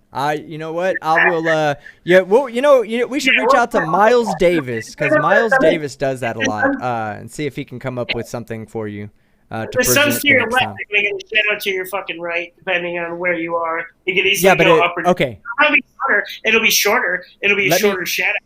But Let me it'll ask still you a be- question. Let me ask you a question, okay? If I stand with my back to a wall, and there's a light above me, will my shadow be below me or will it be above me on the wall? It's above you, and you're against the wall. No. The light's above me. I'm standing in front of a wall. The light's above me. Will my shadow be above me or below me? It depends on where the light is above you, and that'll determine the angles. Okay, the light is above me right here, and it's Literally shining above, down on me. Yeah, literally above my physical location and shining towards me, but from above me. Will the shadow behind me be above me or will it be below me? If the light is slightly in front of you, it'll probably be behind you, or vice versa.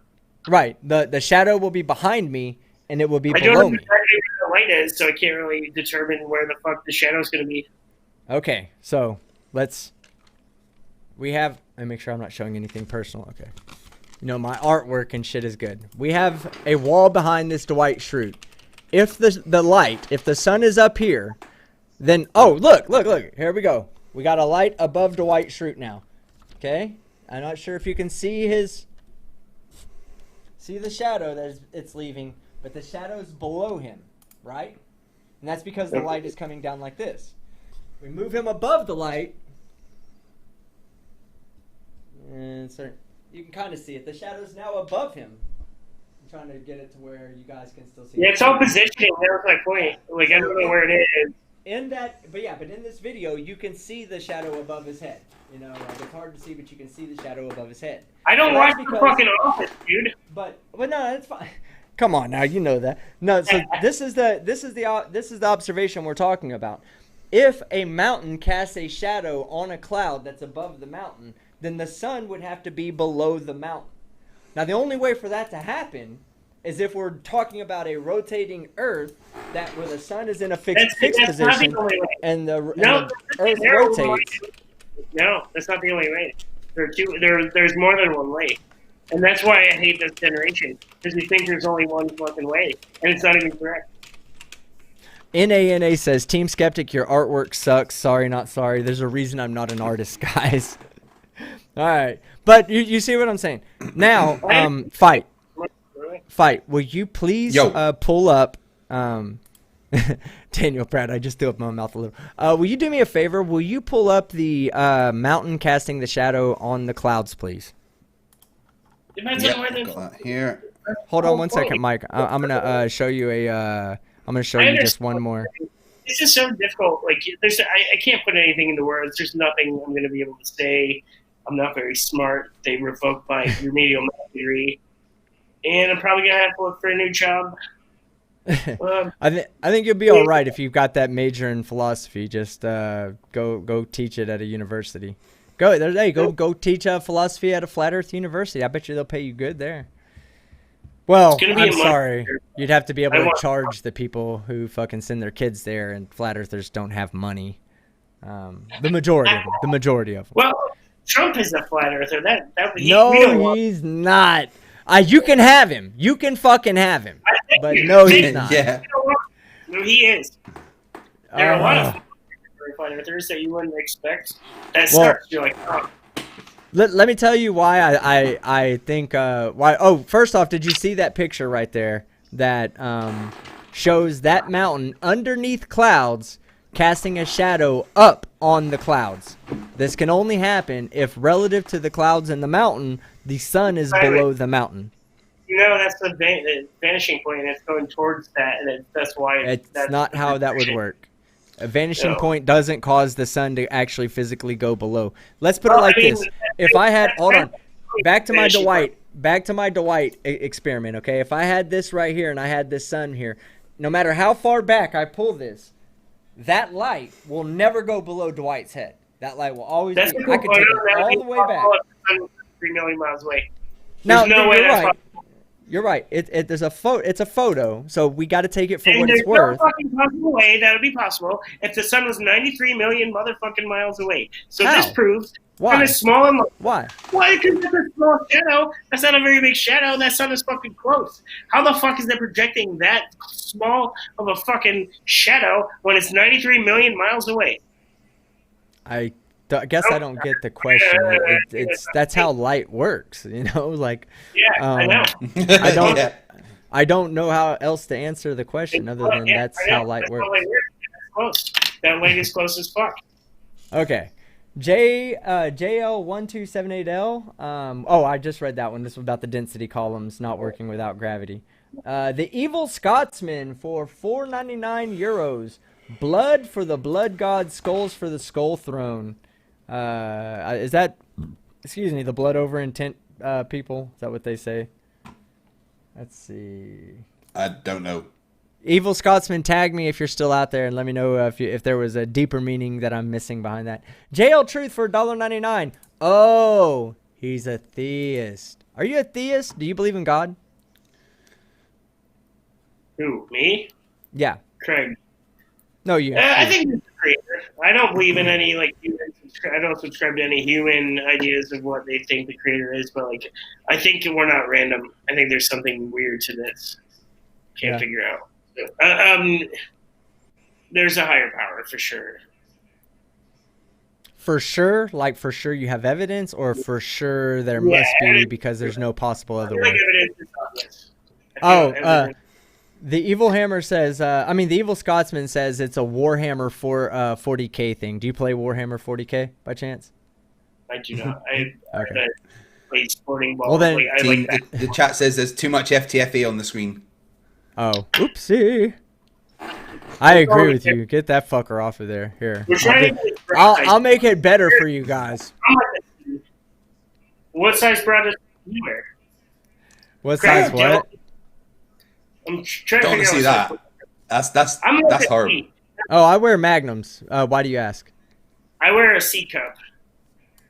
Oh, you're not talking about condoms. You're talking about bras. Okay, yeah. Good. That's in my head both. JL Truth for $1.99. Oh yeah. Oh, he's a theist. Yeah, and you said you believe in a higher power. Steve Cause for $5. I need to get me some goddamn LASIK, guys. I'm not kidding. I'm struggling over here. He's got $5. Can we be invited to your dissertation?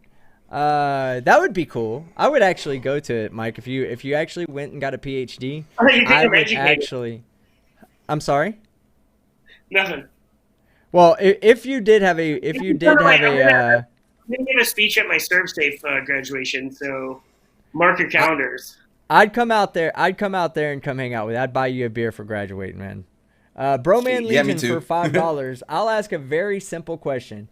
Why do stars rotate in opposite directions depending on the hemisphere? We already asked that, but do you care to revise your question? Or revise your answer?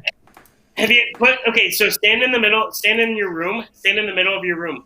Put like a circle in the center of the room. And then walk around the room and see how it's different everywhere you go. You know, like you're going to see different angles of it. And that's going to confuse you when you move away. That doesn't make sense. I'll shut up. All right. No, you're making sense to me. I've listened to a lot of flat earthers, so yeah, there's not much you could say to confuse the shit out of me anymore. Jessica G for $2. You guys got 2.5 hours out of a poll, lol. Thank you, Jessica G. God, she just kills us on the insults these days. Julian She's lays amazing. out. I say us, me. She loves you. She hates me. But that's okay, because her hate for me is more love than you get from her. So, hold on. She could be like a fucking 50-year-old dude that lives with his mom, right? I wouldn't have a problem with that. Even if she was a 50-year-old dude, it'd be all right with me. Her money and insults are accepted no matter what her age or sex is. So, Justin Lazelle for $1.99 pounds, 1.99p. Prove £1.99. Is that what I should have said? $1.99. Oh no, I mean I said that wrong. You said £1.99. Yeah, I know what the fuck. £1.99. £1.99. Prove you're not a Poe by pressing Control W. I have no idea what Control W does, so don't press it. That's like Alt F4. Don't press that one either. Yep. Broman Legion for $2. I'm gonna leave. Thanks for the mention. I'm out. Yeah, again, shout out to Broman Legion. Definitely go check him out if you haven't already done so. JL1278L is a new member. Yeah! Hey, eventually, I'll have my fucking... Hold on, let me see if it actually works right now. I actually have a way of... eventually that I'll just push the button. And yeah, no emojis came up, so I don't know. Maybe I didn't do that right. But anyway, everybody out there, please, please, please, spam the emojis and show JL1278L what exactly. I hope I'm saying that fucking right. I hope it's not fucking JI or JT. I can't fucking read it, guys. It's really that bad. Oh shit. And another thing. Let me tell you something, you old fucks out there. I'm joining the club. I have grays coming in on my chin. I'm not even kidding. These are my first grays. Please. Dude, you've no idea how many gray hairs I've got, honestly. Jesus, I take everything back. If you give me my fucking black hairs back, I will, I'll tell everybody you exist, okay? No, I'm just kidding. It's all, my life is over now. I'm just going to go find a rock to crawl under and hide and make Karen videos from. Mr. Unite for the Children for $2. If Mike has kids, they'll look like the mailman. Oh, that's fucked up. You got a pretty handsome mailman, I hope. Mitch Gardner for £5. Dr. Grant described the raptors as birds in Jurassic Park 3. Not that new. Yeah, like, okay, so the idea is that birds are direct descendants of dinosaurs, not that they are dinosaurs. I think that's was kind of the kind Free of reference.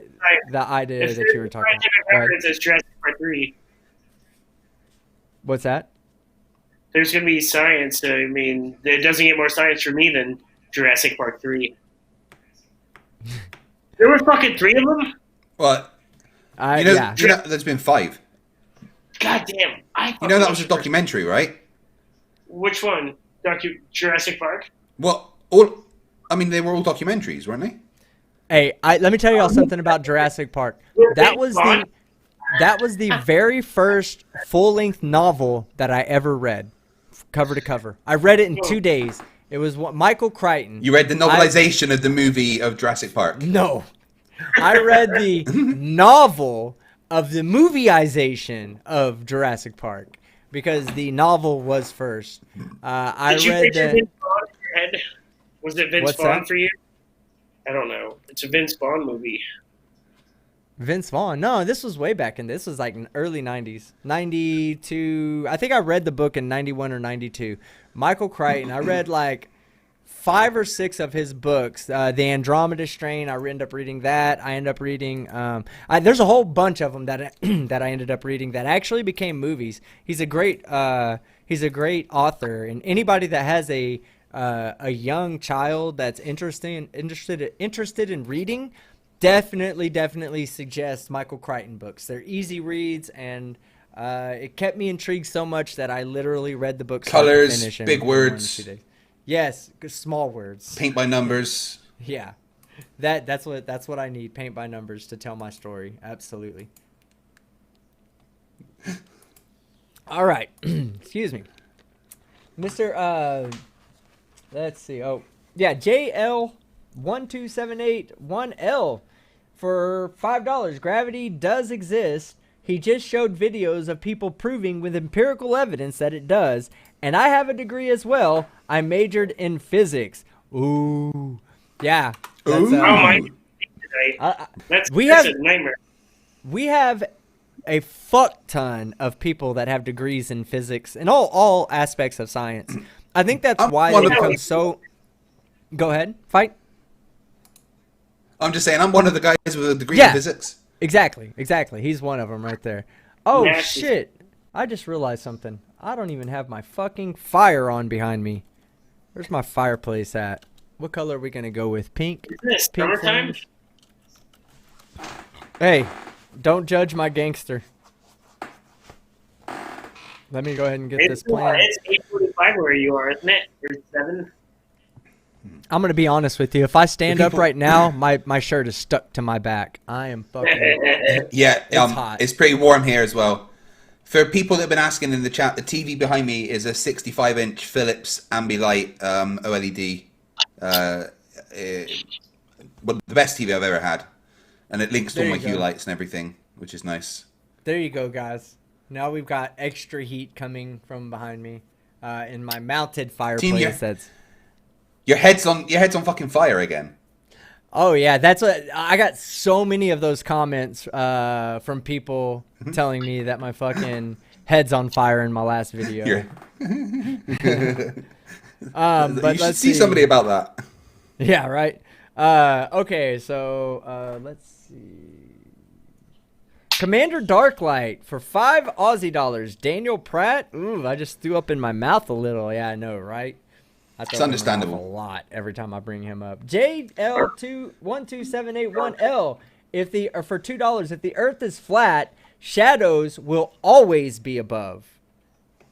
Let's see. Hold on. The Earth was flat. Yeah. No, it depends on where the sun is. Okay. Yeah. Sun is all local, so that's not true at all. That's just you have a very limited mind.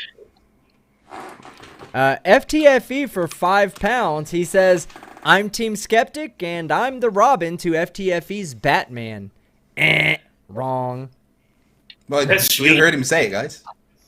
Yeah, and I'm pretty sure that the last, looking at the last Super Chat, I'm pretty sure he meant to say that the shadows will always come from above. Like the sun would always be above if the Earth was flat. So there's no way to have a shadow that goes upwards with the sun being above it. That's not true. It could be way to your left. What? Yeah. No, that's not true at all. I'm not It just could going to be grade way that. to your left. I don't. I'm not. The sun is going to go way to your right. Like if it's shining this Okay. way. Okay. So the idea is to say, but you have to say doesn't matter.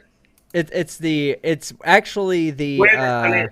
yeah, it's Location. in relation to, you know, you Right. have to talk about the relative. So you would never measure that from left to right. You would always go walk around to the right and then look at the sun and say, okay, it's going up. You can observe that like you can observe a lot of things. And I hate all these assumptions. I think that a lot of them are very wrong. And it's weird. Like we were all taught this shit at a very young age. And it's just irritating because a lot of it isn't correct. But everyone believes it so blindly. All right, so I don't know if Professor Phil Bell was here earlier, but he's here now. Why did I bring him up, Fight? I brought him up for some reason. For about the Chandra missions. Oh, I would need to bring him on for that because I don't want to keep saying it wrong. I don't know if it's the Chandra Sakar or if it's something else. Hey, Professor Phil Bell, if you care to correct me on what exactly the missions were that you took part in. Was it the Chandra Sakar missions or was it something else? I don't want to assume what the other ones were.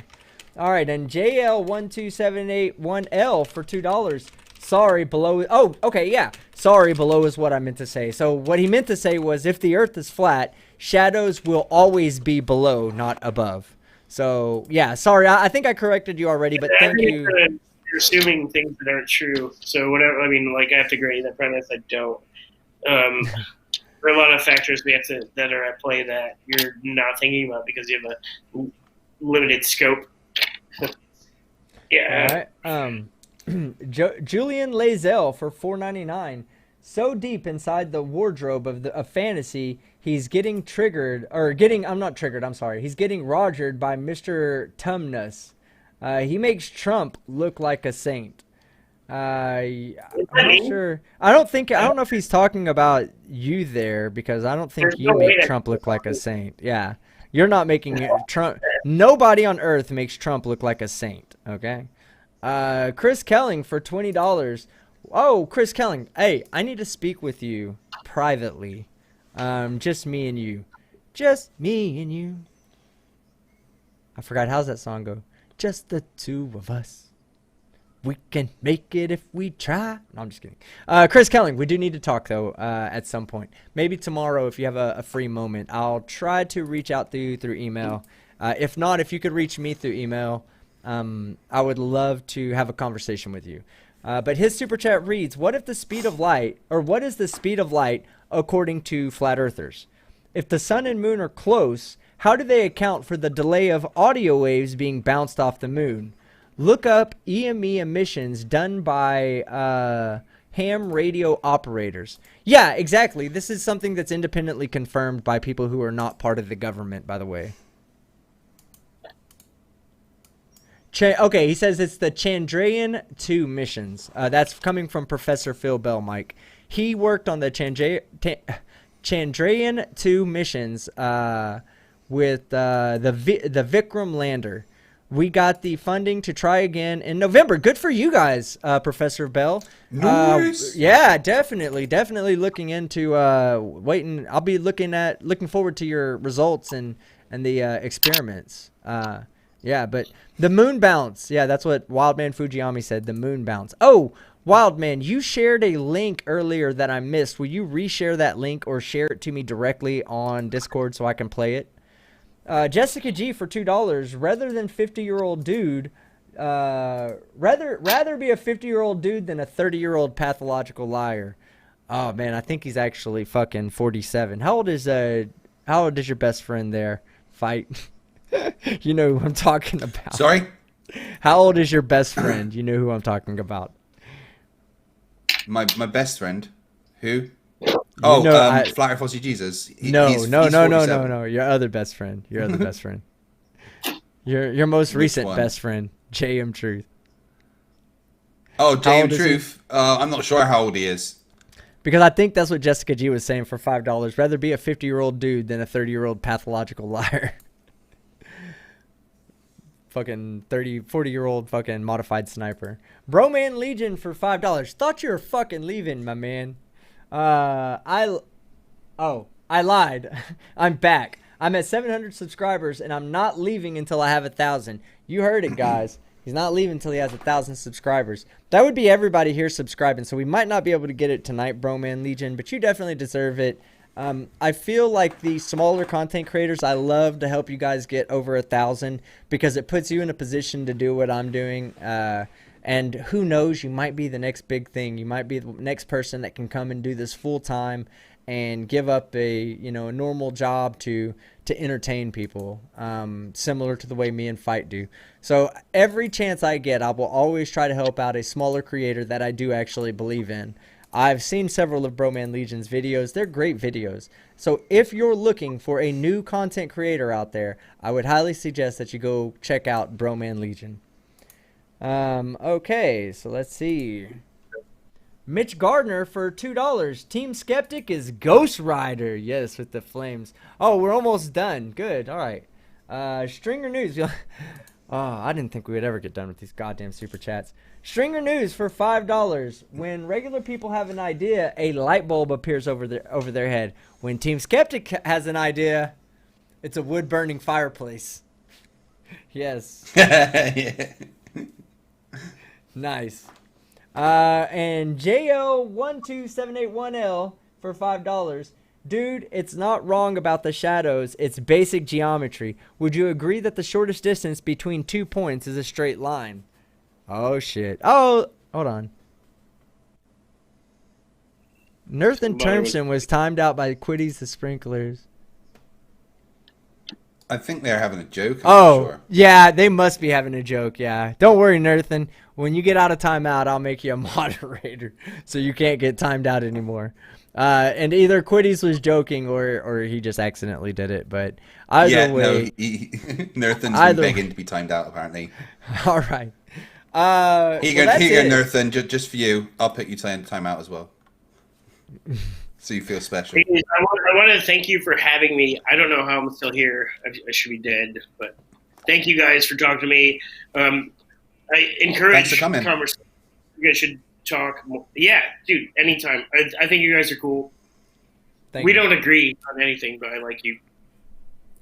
Yeah, the funny thing is that we can all have a good time. We can all. I tried to tell this to another flat earther the other day. He was like, I don't know why you want to just pull me on to poke fun of me. I was like, listen, whether you like the entertainment or not, this is an entertainment show. Okay, what it is doing is people are coming and watching this. They're watching us more than they're watching flat earth videos. So maybe this is your opportunity that you could take to promote your idea to people that are watching that might be on the fence, I mean, that idea is like what my driving force. Like, I don't care what people believe. It's just a lot of things are nonsensical, and you should be able to call that out. Like, a lot of things are fucking weird.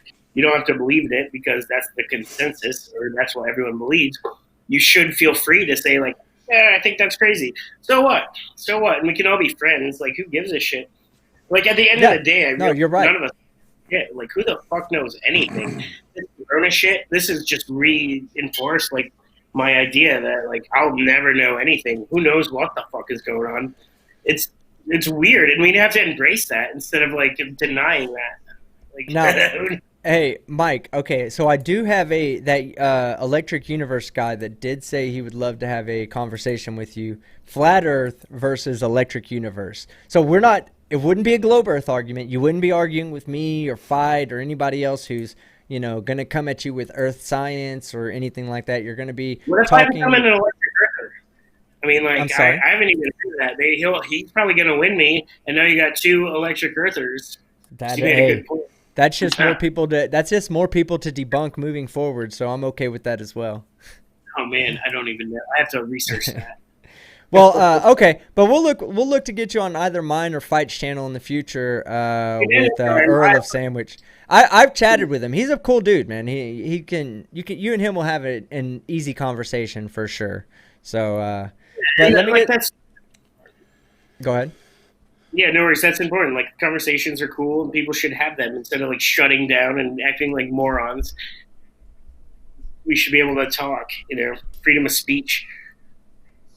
Hold on, I had to get my Dwight to look at the actual fucking. No one likes Tipper Gore. There we go. Now Dwight's looking directly at you. Dwight says he wants to fucking debate you right fucking now. What was that, Who? Dwight? Oh, yeah. No, I agree, Dwight. He's a fucking idiot. Ding! Where's my goddamn ding? For the money he owes me. No, I have a ding, ding ding, set ding. up. Why aren't you I have a dinging? ding. My ding didn't ding. Oh, what a poor fucking attempt at comedy. All right, that's what I do best, by the way, Mike. I'm that guy that fails at comedy. Poor attempts at comedy, yeah.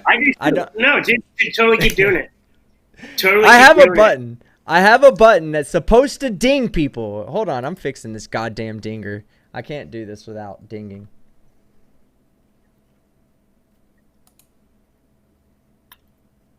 There's no failing at comedy as long as you laugh. Oh, I just think I have it muted. That's why it didn't come through. God damn it. All right, let me see. Wow. There we go. Now we have my dinger working. All right, what's up, Fight? You just said wow. I've just noticed that Sleeping Warriors been putting out a bunch of stupid. I'm just adding Oh, stuff he to my has. down my He has. debunk folder.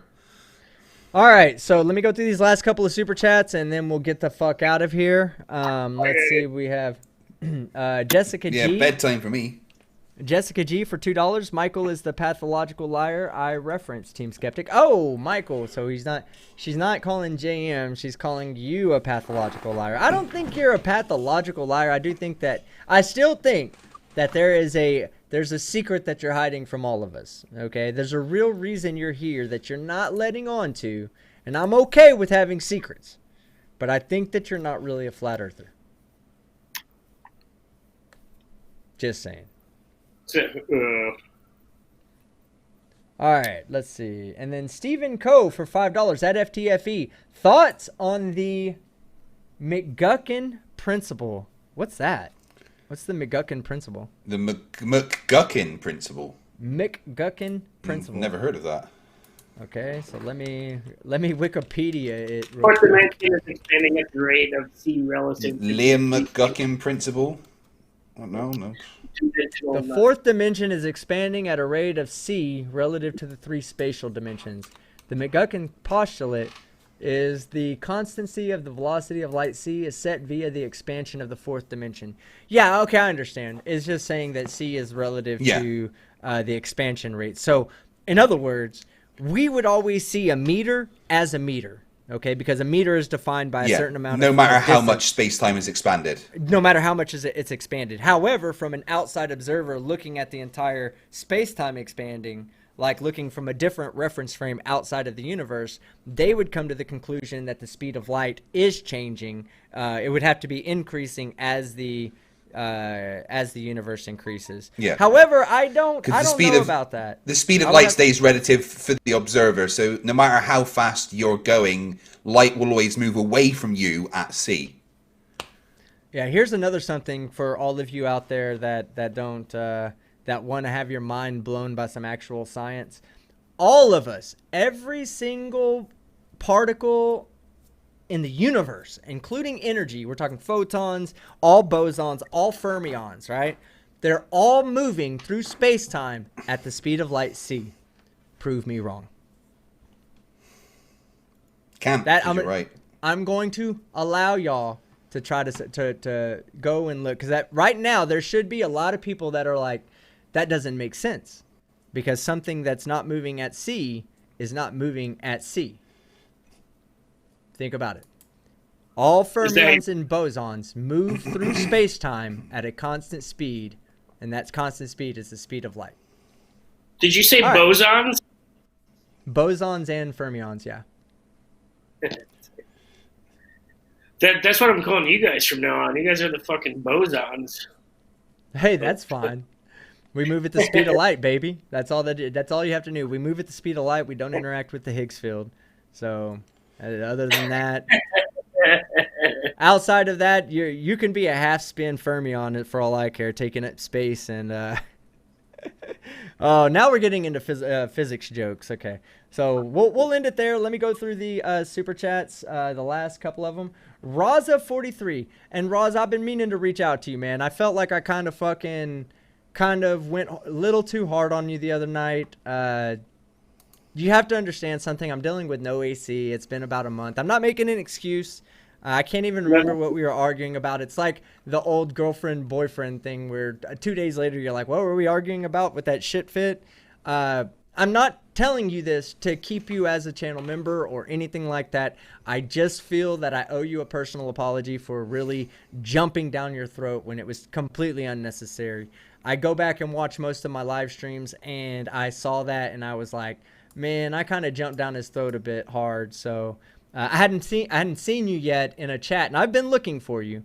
I hadn't seen you yet in a chat to actually give you a personal apology, but I do feel like I was a bit out of line. So I hope you accept my apology. If you stay as a member, great. If you don't, I completely understand because I was kind of an ass to you that night. But let's see. He says, just because you are complaining about never getting done with super chats, here's another one. I actually enjoyed this guy. Buy another meat tube on me. Hope y'all are having a good weekend. Stay frosty. Thank you, Raza. And the meat tubes are on sale for $8.99 right now. So I will definitely go stock up on one more meat tube just for you. And then, hey, Team's just so meat y'all tube know, for $1.99. just so y'all know, the about 2 weeks ago, I went to the grocery store and I bought the big sausage meat tube, and that's like the 3 sausages at one time, you know. You shared it. And then what I did, I get up to the register and I ring it up, and it rings up as $5, and I was like, oh my fuck, 3 pounds of sausage for $5? You don't get that you ain't getting that kind of fucking deal on a street corner. I might as well fucking buy as much of it as I can now. So I'm down. I bought like 10 3-pound sausage meat tubes. I'm down to 1. I have 1 left, and this was maybe a week and a half, 2 weeks ago. So yeah, meat tube is a part of my life. The consumption of meat tube and all the glorious grease that pours out from the inside, it all fucking is great to me. Julian Lizell, y'all know what I'm talking about. Y'all can go ahead and make y'all sexually innuendoed jokes, but y'all know what I'm talking about. Those meat tubes have grease in the middle when you cut them open. That's what I meant. Da-dum-dum. See, Mike, you gotta have a good time. If you're not self-deprecating, it's not fun. All right, Julian Lazell for $1.99. He should introduce himself to Sir Sick. Oh man, Sir Sick would have a fucking blast with you. Because he's not really a debunker. He's kind of like a point and laugh channel. And a lot of the things that you've said tonight don't really have a debunking to them. They're just kind of like statements, you know. And if you're just making statements, then we should just be able to dismiss them or point and laugh at them because there's no evidence to back them up. Simeon says, Team Skeptic, you are a meat tube. Let's see. Brian Butcher. Oh, Brian Butcher, man. This was the guy that was the Poe I was talking about earlier, Mike. If you are a Poe, you need to go back and watch Fight the Flat Earth's last show and see how Brian, or not his last show, 2 shows ago, his 6-hour live stream. See how Brian came in and fucking shit on the Flat Earther by being a Poe. And he was a really good Poe. He was a very believable Poe. So, yeah, good shit, Brian Butcher. Please get Sleeping Warrior on for a debate and let me add him. Ha! Yeah, he won't come on a debate on this channel. He doesn't have control of the mute button. Now, Mike, did I mute you ever? Did I fucking ever treat you like shit here? Or did Fight the Flat Earth ever treat you like shit? Yeah, the last time you said you were really nice this time, but last time you almost made me cry. Yeah, I think you called me a jerk. That's stupid. I do have a tendency to do that. So I think last time was a little bit more explosive for sure. Yeah, try. All right. How do you watch yourself live? Why? I cannot watch. I want to fucking vomit every time I watch myself. I watch myself live because I want to perfect my craft, and I can't go back and watch. Yeah, I need to see what I'm doing wrong from my own perspective, not just like a lot of times some people will say, "Hey, don't do this anymore." I mean, showing your face, really. Yeah, I actually just put it on audio only. What's that, Mike? I can't fucking watch myself. I dabbled in acting and stuff. Like I can't fucking watch myself. I have to. cringe. I already have low self-esteem that'll just knock it down to nothing. No, the crazy thing with me is every time I watch myself, I literally have to put on like sandpaper gloves just to keep myself from touching myself because I'm so goddamn sexy. But so it becomes an issue. I can only watch myself 45 seconds at a time, and I usually have to wait about 10 minutes or so before I can go back to watching my video. But let's see. Illuminous Pooh said, Jesus is Hebrew for Joshua. Christ means anointed one, only Josh. So I think that's what he's saying is Jesus means only Josh, I guess.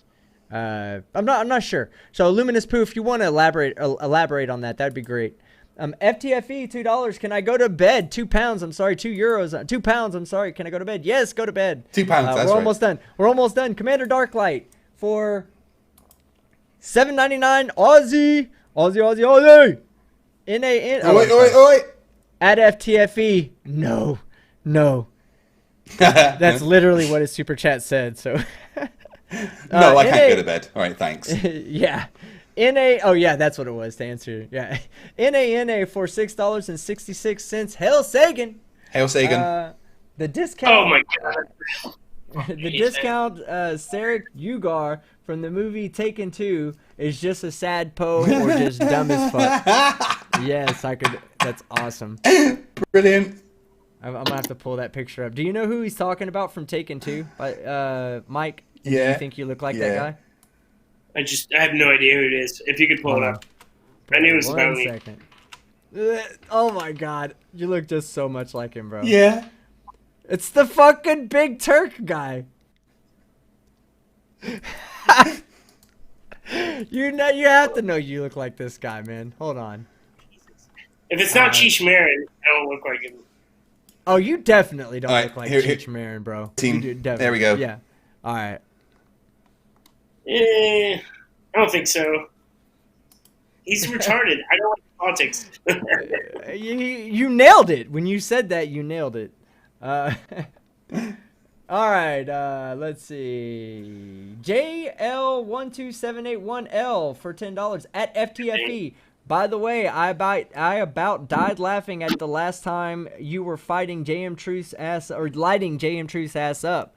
Loved it. Also, he kept dodging the question you asked him about the sun burning without oxygen statement. Yeah, did y'all hear him backtrack on yeah, it? he hated He was that. like, wait, hated I that. didn't say that. I didn't say that. No, you absolutely fucking did. It's from my very first No, that's video. what's in textbooks when you're a kid. No, it's fucking not, JM. And here's the thing, is like, you can tell that it wasn't scripted.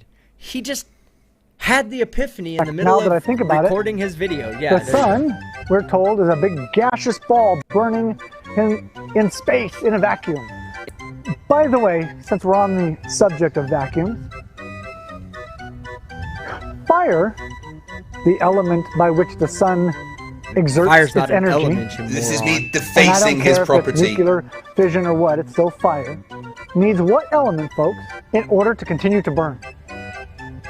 Oxygen. Oh, you fucking moron, JM. Oxygen. Oh my God. Let's see. Also, oh yeah, he kept dodging the question you asked him about the sun burning without oxygen statement. Yeah. And Yes, then, he did. Yes, he did. Let me. Oh, it says oily Josh. That's what that means. That's what Jesus is Hebrew for Joshua. Christ means the anointed one. So basically, Jesus Christ translates to oily Josh. Fucking autocorrect is what he said. All right, guys, I think that's going to be where we end the video today. I had a great fucking time tonight. Thank you, Mike, so much for coming on. Let me go ahead and kick it. Let me go ahead and kick it over to you so you can say your goodbyes properly to everybody in the chat. Say what you got to say before we get out of here. Go ahead. I am as dumb as you believe I am, and I hope everyone's for freedom of speech. These conversations should be had, even no matter how much you think you know. Like, you could learn something at any time. So thanks for having me on. Freedom of speech forever. But don't end that. But thanks, man. No, you too, Craig. Craig's been a sweetheart.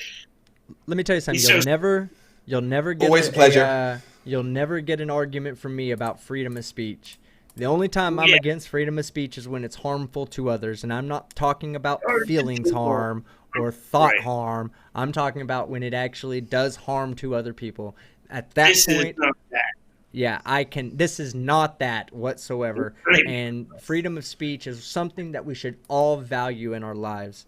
Not Thank you. not everywhere in the world do they have freedom of speech. And if you go to a place where freedom of speech is truly taken away, then you will completely understand what you're missing here in America.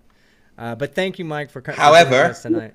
Even though people are free to say what they like, it does not mean they are free from the consequences of saying what they 100%. like. I don't think any of this is very like detrimental to anyone's health or vicious or like this isn't. What you're talking about is different. That's all I'm saying. Like this is a good conversation. This is fun. You should be able to talk like this. Yeah. Now, fight before we get out of here, so that you can actually fucking one day go to bed. Do you have anything you'd like to add before we get out? No, I had fun. Thank you for having me on. As always, Monday, PhD Tony versus Spurs on my channel, round 2. That'll be epic. No shit. All right, and then we also have Keith. Keith will either be on my channel tomorrow or Fight's channel. We're not 100% sure on that. No. We've we'll talk after the show. Fight, me and you will talk, and then we'll get Okay. We'll have the information out for everybody tomorrow. But I do want to say, for everybody that has made it out here tonight, thank you so much for coming. Thank you, Mike. Thank you, Fight the Flat Earth. Thank you to everybody who was able to super chat. If you're not in a position to super chat, especially during these hard times, trust me, I completely understand. And just, if you still want to support the show, excuse me, do it by giving me some Beano. That's what we can do, so I can stop having this gas. No, if you want to support the show, all you got to do is go out and share the link. There's a share button below the video right now. Share the link on Facebook. Share it on YouTube. I mean, not on YouTube. On Facebook, on Twitter, on Reddit. If you haven't watched my new Karen video, I dropped a Karen video today. It's pretty goddamn good. Lady gets thrown out. We don't get an arrest video in the video, but oh shit, I have you on full screen still. Here I am telling everybody and talking to the camera, and I have you on full screen. But honestly though, thank you everybody. Thank you. I truly appreciate it, and I truly couldn't do what I do without your support. So thank you very much. Outside of that, you guys have a good night. I'm Team Skeptic, and I'm out. Okay. I'm not even in a position to close it out on time. I got to get to the window. God, I never think about this in advance. I just never do. You need, surely you can have